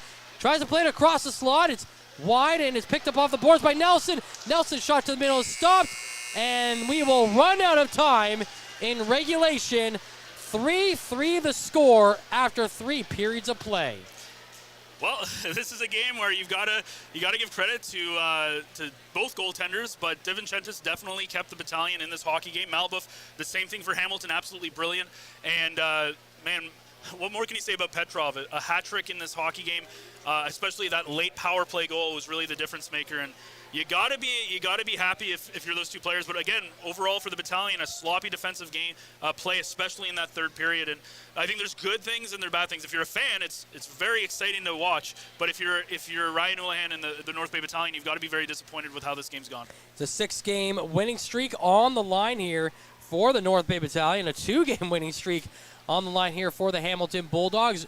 Both these teams are going to get at least a point, and that for the Battalion could get them to within 2 points of the Ottawa 67s. It could get them to, a win would get them to within just 1 point of Ottawa. So that's ideally where you'd like to be after tonight. Depending on what they've done in their game, I believe, I remember exactly who Ottawa was playing tonight. Oh, it looks They're like up 2-1 against Barrie. Barrie with 16:49 to go in the third period there. So that's going to be the big thing, and we'll see. Obviously, like, they're very, very close to the Ottawa 67s, and they still have some games against Ottawa to play. And in this season, in February, they go to Ottawa to play them as well. So again, these points are very important, and with the speed, the Battalion have a bit of an advantage, I think, here on 3-on-3 hockey. Yeah, you're right about that, and we pointed that out at the beginning of the game, is how the Battalion tried to utilize that speed and send defensemen in up high on the forecheck, and we'll see if that pays dividends for the Battalion here in the overtime period. Out there to start is Petrov, Nelson, and Zito, but it's the Bulldogs winning the draw, and it's Panwar bringing it forward over the blue line, going in towards DeVincentis, and it's off DeVincentis and picked up by Nelson, but Nelson turns it over. Lardis centering shot, scores, and the Bulldogs come back to North Bay and steal an extra point. Just over a couple of months after winning the OHL East Finals here at Memorial Gardens, they steal another regular season victory against the Battalion, winning it 4-3. Well, Hamilton definitely I think they deserve that. They played such a good game, comparative, and I think the Battalion kind of deserve that in the same way. They played in a way that they really didn't even deserve a point in that game, the way that they kind of played, but they were able to come back with a huge late power play goal and at least salvage 1 point. They're now going to fall, if that Ottawa game stays 2-1, they're going to fall 4 points behind the 67s, but still, you got to be a little disappointed if you're North Bay, as this is a game that you should have won. You should have won it in regulation. You shouldn't have given up the lead in the third period, and you got to give a lot of credit to Hamilton to do what they did here and win it in overtime. So we will take a break and come back for the post-game show in just a minute. It's a 4-3 victory for the Hamilton Bulldogs, just 20 seconds into the overtime period. And it's been a pleasure to bring you this one. I'm Matthew Sukram. Derek Lindemann and Ben Sargent will have your postgame show right after this. You're watching the Average Joe's Game Day broadcast right here on the Frontline Broadcast YouTube channel. Average Joe's Eatery and Patio Bar is North Bay's only year-round lakefront restaurant. On the shores of beautiful Trout Lake, we have been serving delicious food and stunning views since 1999. Indulge in one of our delicious menu items or simply sit with a cocktail in hand and watch the beauty of Trout Lake before your eyes. Check us out online at averagejoes.net or visit us in person at 3501 Trout Lake Road, North Bay. As a Canadore College alumni, you have access to perks. Canadore Alumni Perks. This is a lifetime membership that includes special access to great offers, opportunities to get involved, and so much more. Graduates can access discounts and special offers from businesses and hotels locally, across Canada, and internationally. Get information on special events and news, or access the alumni job portal. Keep in touch with Canadore's alumni office. Visit canadorecollege.ca/perks. Great things happen here. You rely on your vehicle to take you to the places that matter most to you. So bring your vehicle to the team you can rely on to keep it running at its best. Dave's Automotive Services. Whether you're getting your car or truck ready for the season with a tire change, making sure you're safe on the road with an inspection and certification, or doing your due diligence to keep your vehicle in tip-top shape with regular maintenance, Dave's Automotive Services has you covered. Expert troubleshooting, quality repairs, and time-efficient labor are the 3 stars of service you can expect when you bring your car or truck to Dave's Automotive Services at 411 Airport Road. Call 705-478-5544 and book your appointment today. The Frontline Podcast, Season 3. Courtney Kenny, Matthew Sucrum, Derek Lindemann, Bob Coles, and Ben Long bring you closer to your favorite teams like never before. Covering everything to do with hockey in the North Bay area, exclusive interviews with the North Bay Battalion staff and players, expert analysis on the OHL, NOJHL, and more, keeping you up to date on all things Voodoos, Trappers, Lakers, and more. It's a new season, it's a new adventure. The Frontline Podcast Season 3. Available wherever you download your favorite podcasts. And welcome back inside North Bay Memorial Gardens, where the Hamilton Bulldogs have defeated the North Bay Battalion by a score of 4-3 in overtime. Let's look at the scoring summary, as it was the Battalion, or it was deadlocked at 1 apiece going into that third period. And it was Matvey Petrov putting the Battalion ahead, his second of the game, 17th of the season at 3:25. Nelson and Tarian with the assist on Petrov's goal. And then at 8:10, Cole Brown tied things up for Hamilton, 7th of the season from Van Acker and Panwar. And then at 10:36, Nick Lardis with his 18th of the season gave the Bulldogs a 1-goal lead with 10 minutes remaining in the third period. Jorian Donovan and Patrick Thomas with the assists. And then Petrov finishing off the hat trick, his third of the game, 18th of the season at 15:59 on the power play from Jackson and McDonald. That sent the game into overtime, and it only took 20 seconds for the Bulldogs to capitalize on a defensive turnover. Jorian Donovan, the recipient of the game-winning goal, his 9th of the season from Sahil Panwar, giving the Hamilton Bulldogs a 4-3 overtime victory. Taking a look at shots on goal, the Bulldogs 13 in the third, 2 in overtime for a game total of 36. The Battalion 10 in the third period, none in overtime for a total of 38. Specialty teams, the Bulldogs 0 for 1. Meanwhile, the Battalion were 1 for 1, only 2 penalties in the game. Faceoffs were a dead heat at 30 apiece. Taking a look around the OHL, 4 other games underway. 3 of them are now finals, as it's the Mississauga Steelheads taking a 6-2 victory in Niagara over the Ice Dogs. The Peterborough Petes hold on for a 3-2 lead or victory over the Oshawa Generals. In Windsor, the Spitfires defeat the Erie Otters 6-3. Halfway through the third period, it's the Ottawa 67s ahead of the Barrie Colts by a score of 2-1. Coming back to tonight's games, let's take a look at our 3 stars of service, as brought to you by Dave's Automotive. Tonight's 3 stars is brought to you by Dave's Automotive Services, 411 Airport Road in North Bay. Expert troubleshooting, quality repairs, and time-efficient labor are the 3 stars of service you can expect from Dave's. 3rd star from the Hamilton Bulldogs with a goal and an assist, Patrick Thomas. The 2nd star, also from the Bulldogs, the overtime hero, Jorian Donovan, a goal and an assist also. And then the 1st star from the North Bay Battalion with his 3 goals and the hat trick, Matvey Petrov. Ben, not the finish that the North Bay Battalion wanted, but there's a lot to take away from this game in which the Battalion can build off of. Yeah, and I think it's kind of the game. It's kind of the finish they honestly kind of deserved a little bit, because just because this was a game where they played very sloppy defensively, and ironically, the thing that ended up costing them was a sloppy defensive play by Ty Nelson, which cost them at the very end of the game. Unfortunately for the Battalion, though, it was really their game to lose. They had so many offensive chances they couldn't finish. They had so many defensive miscues, and yes, there were a couple of lucky bounces, but those bounces were created by bad defensive plays, and they got kind of lucky with a couple of pucks that skipped over their stick. So their East-West game, their transition game, defensively wasn't very good. Now, obviously, Petrov, you can't really blame him or DiVincentis for this at all. Petrov comes out with another hat trick. He continues to be extremely strong on that third line with Zito and Tarasevic ever since, they switched off that line with McDonald. They've done absolutely fantastic. Petrov shooting more, and you absolutely love to see it. But, yeah, definitely a game where I think when you look at it at the end of the day is the Battalion just can't be happy with their defensive performance. And in this kind of game, that was definitely a winnable game for them. They end up at least getting 1 point, and they were kind of lucky with that.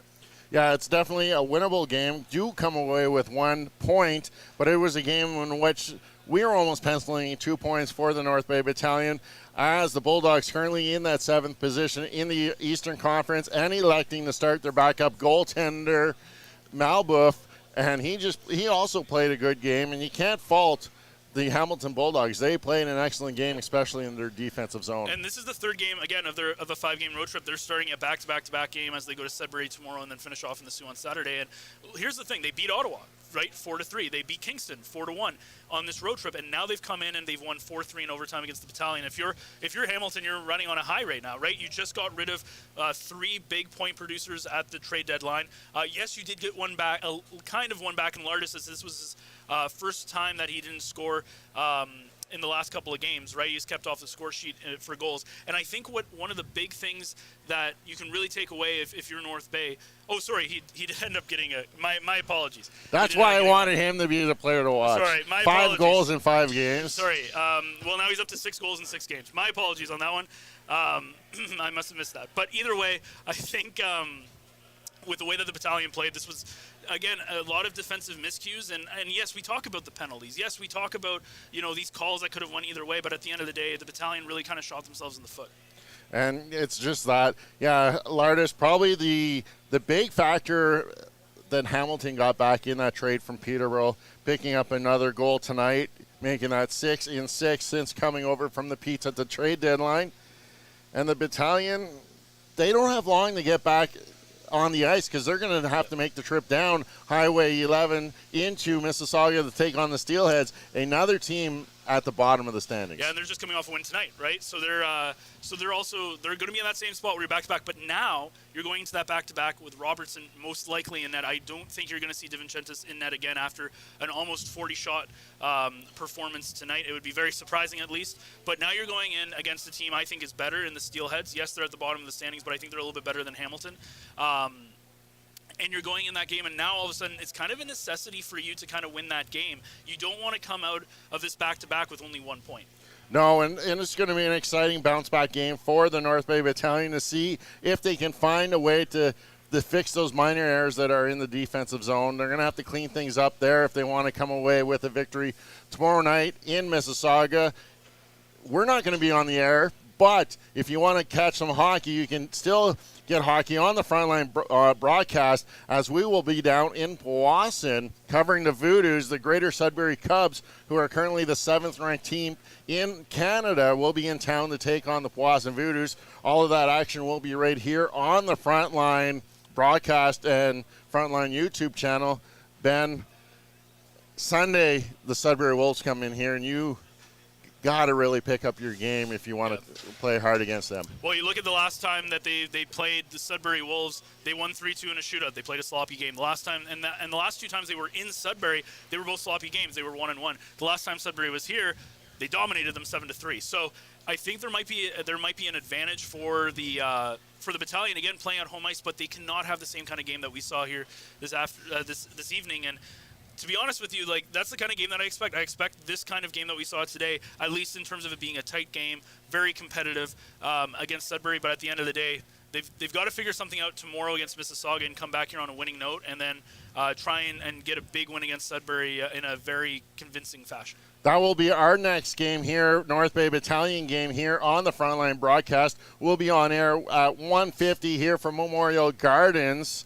And again, it's an unfortunate falling here as the Battalion's 9-game home winning streak comes to a conclusion, but they are still undefeated in regulation in 10 now, so they're going to look to expand on that record or that streak going into Sunday's home game. For one last time here, it's the Hamilton Bulldogs squeaking out a 4-3 overtime victory over the North Bay Battalion. For our producer, Ben Long, Matt Sukram, Ben Sargent, Courtney Kenny, even though he wasn't on air, he was here in spirit, and this is his last night as a 29-year-old because he's celebrating his 30th birthday. So if you're following the broadcast, shout out in the chat that happy 30th to Courtney. He's down talking to the coach. I'm Derek Lindeman. So long from Memorial Gardens. Meals are a special time for families to gather, share their day.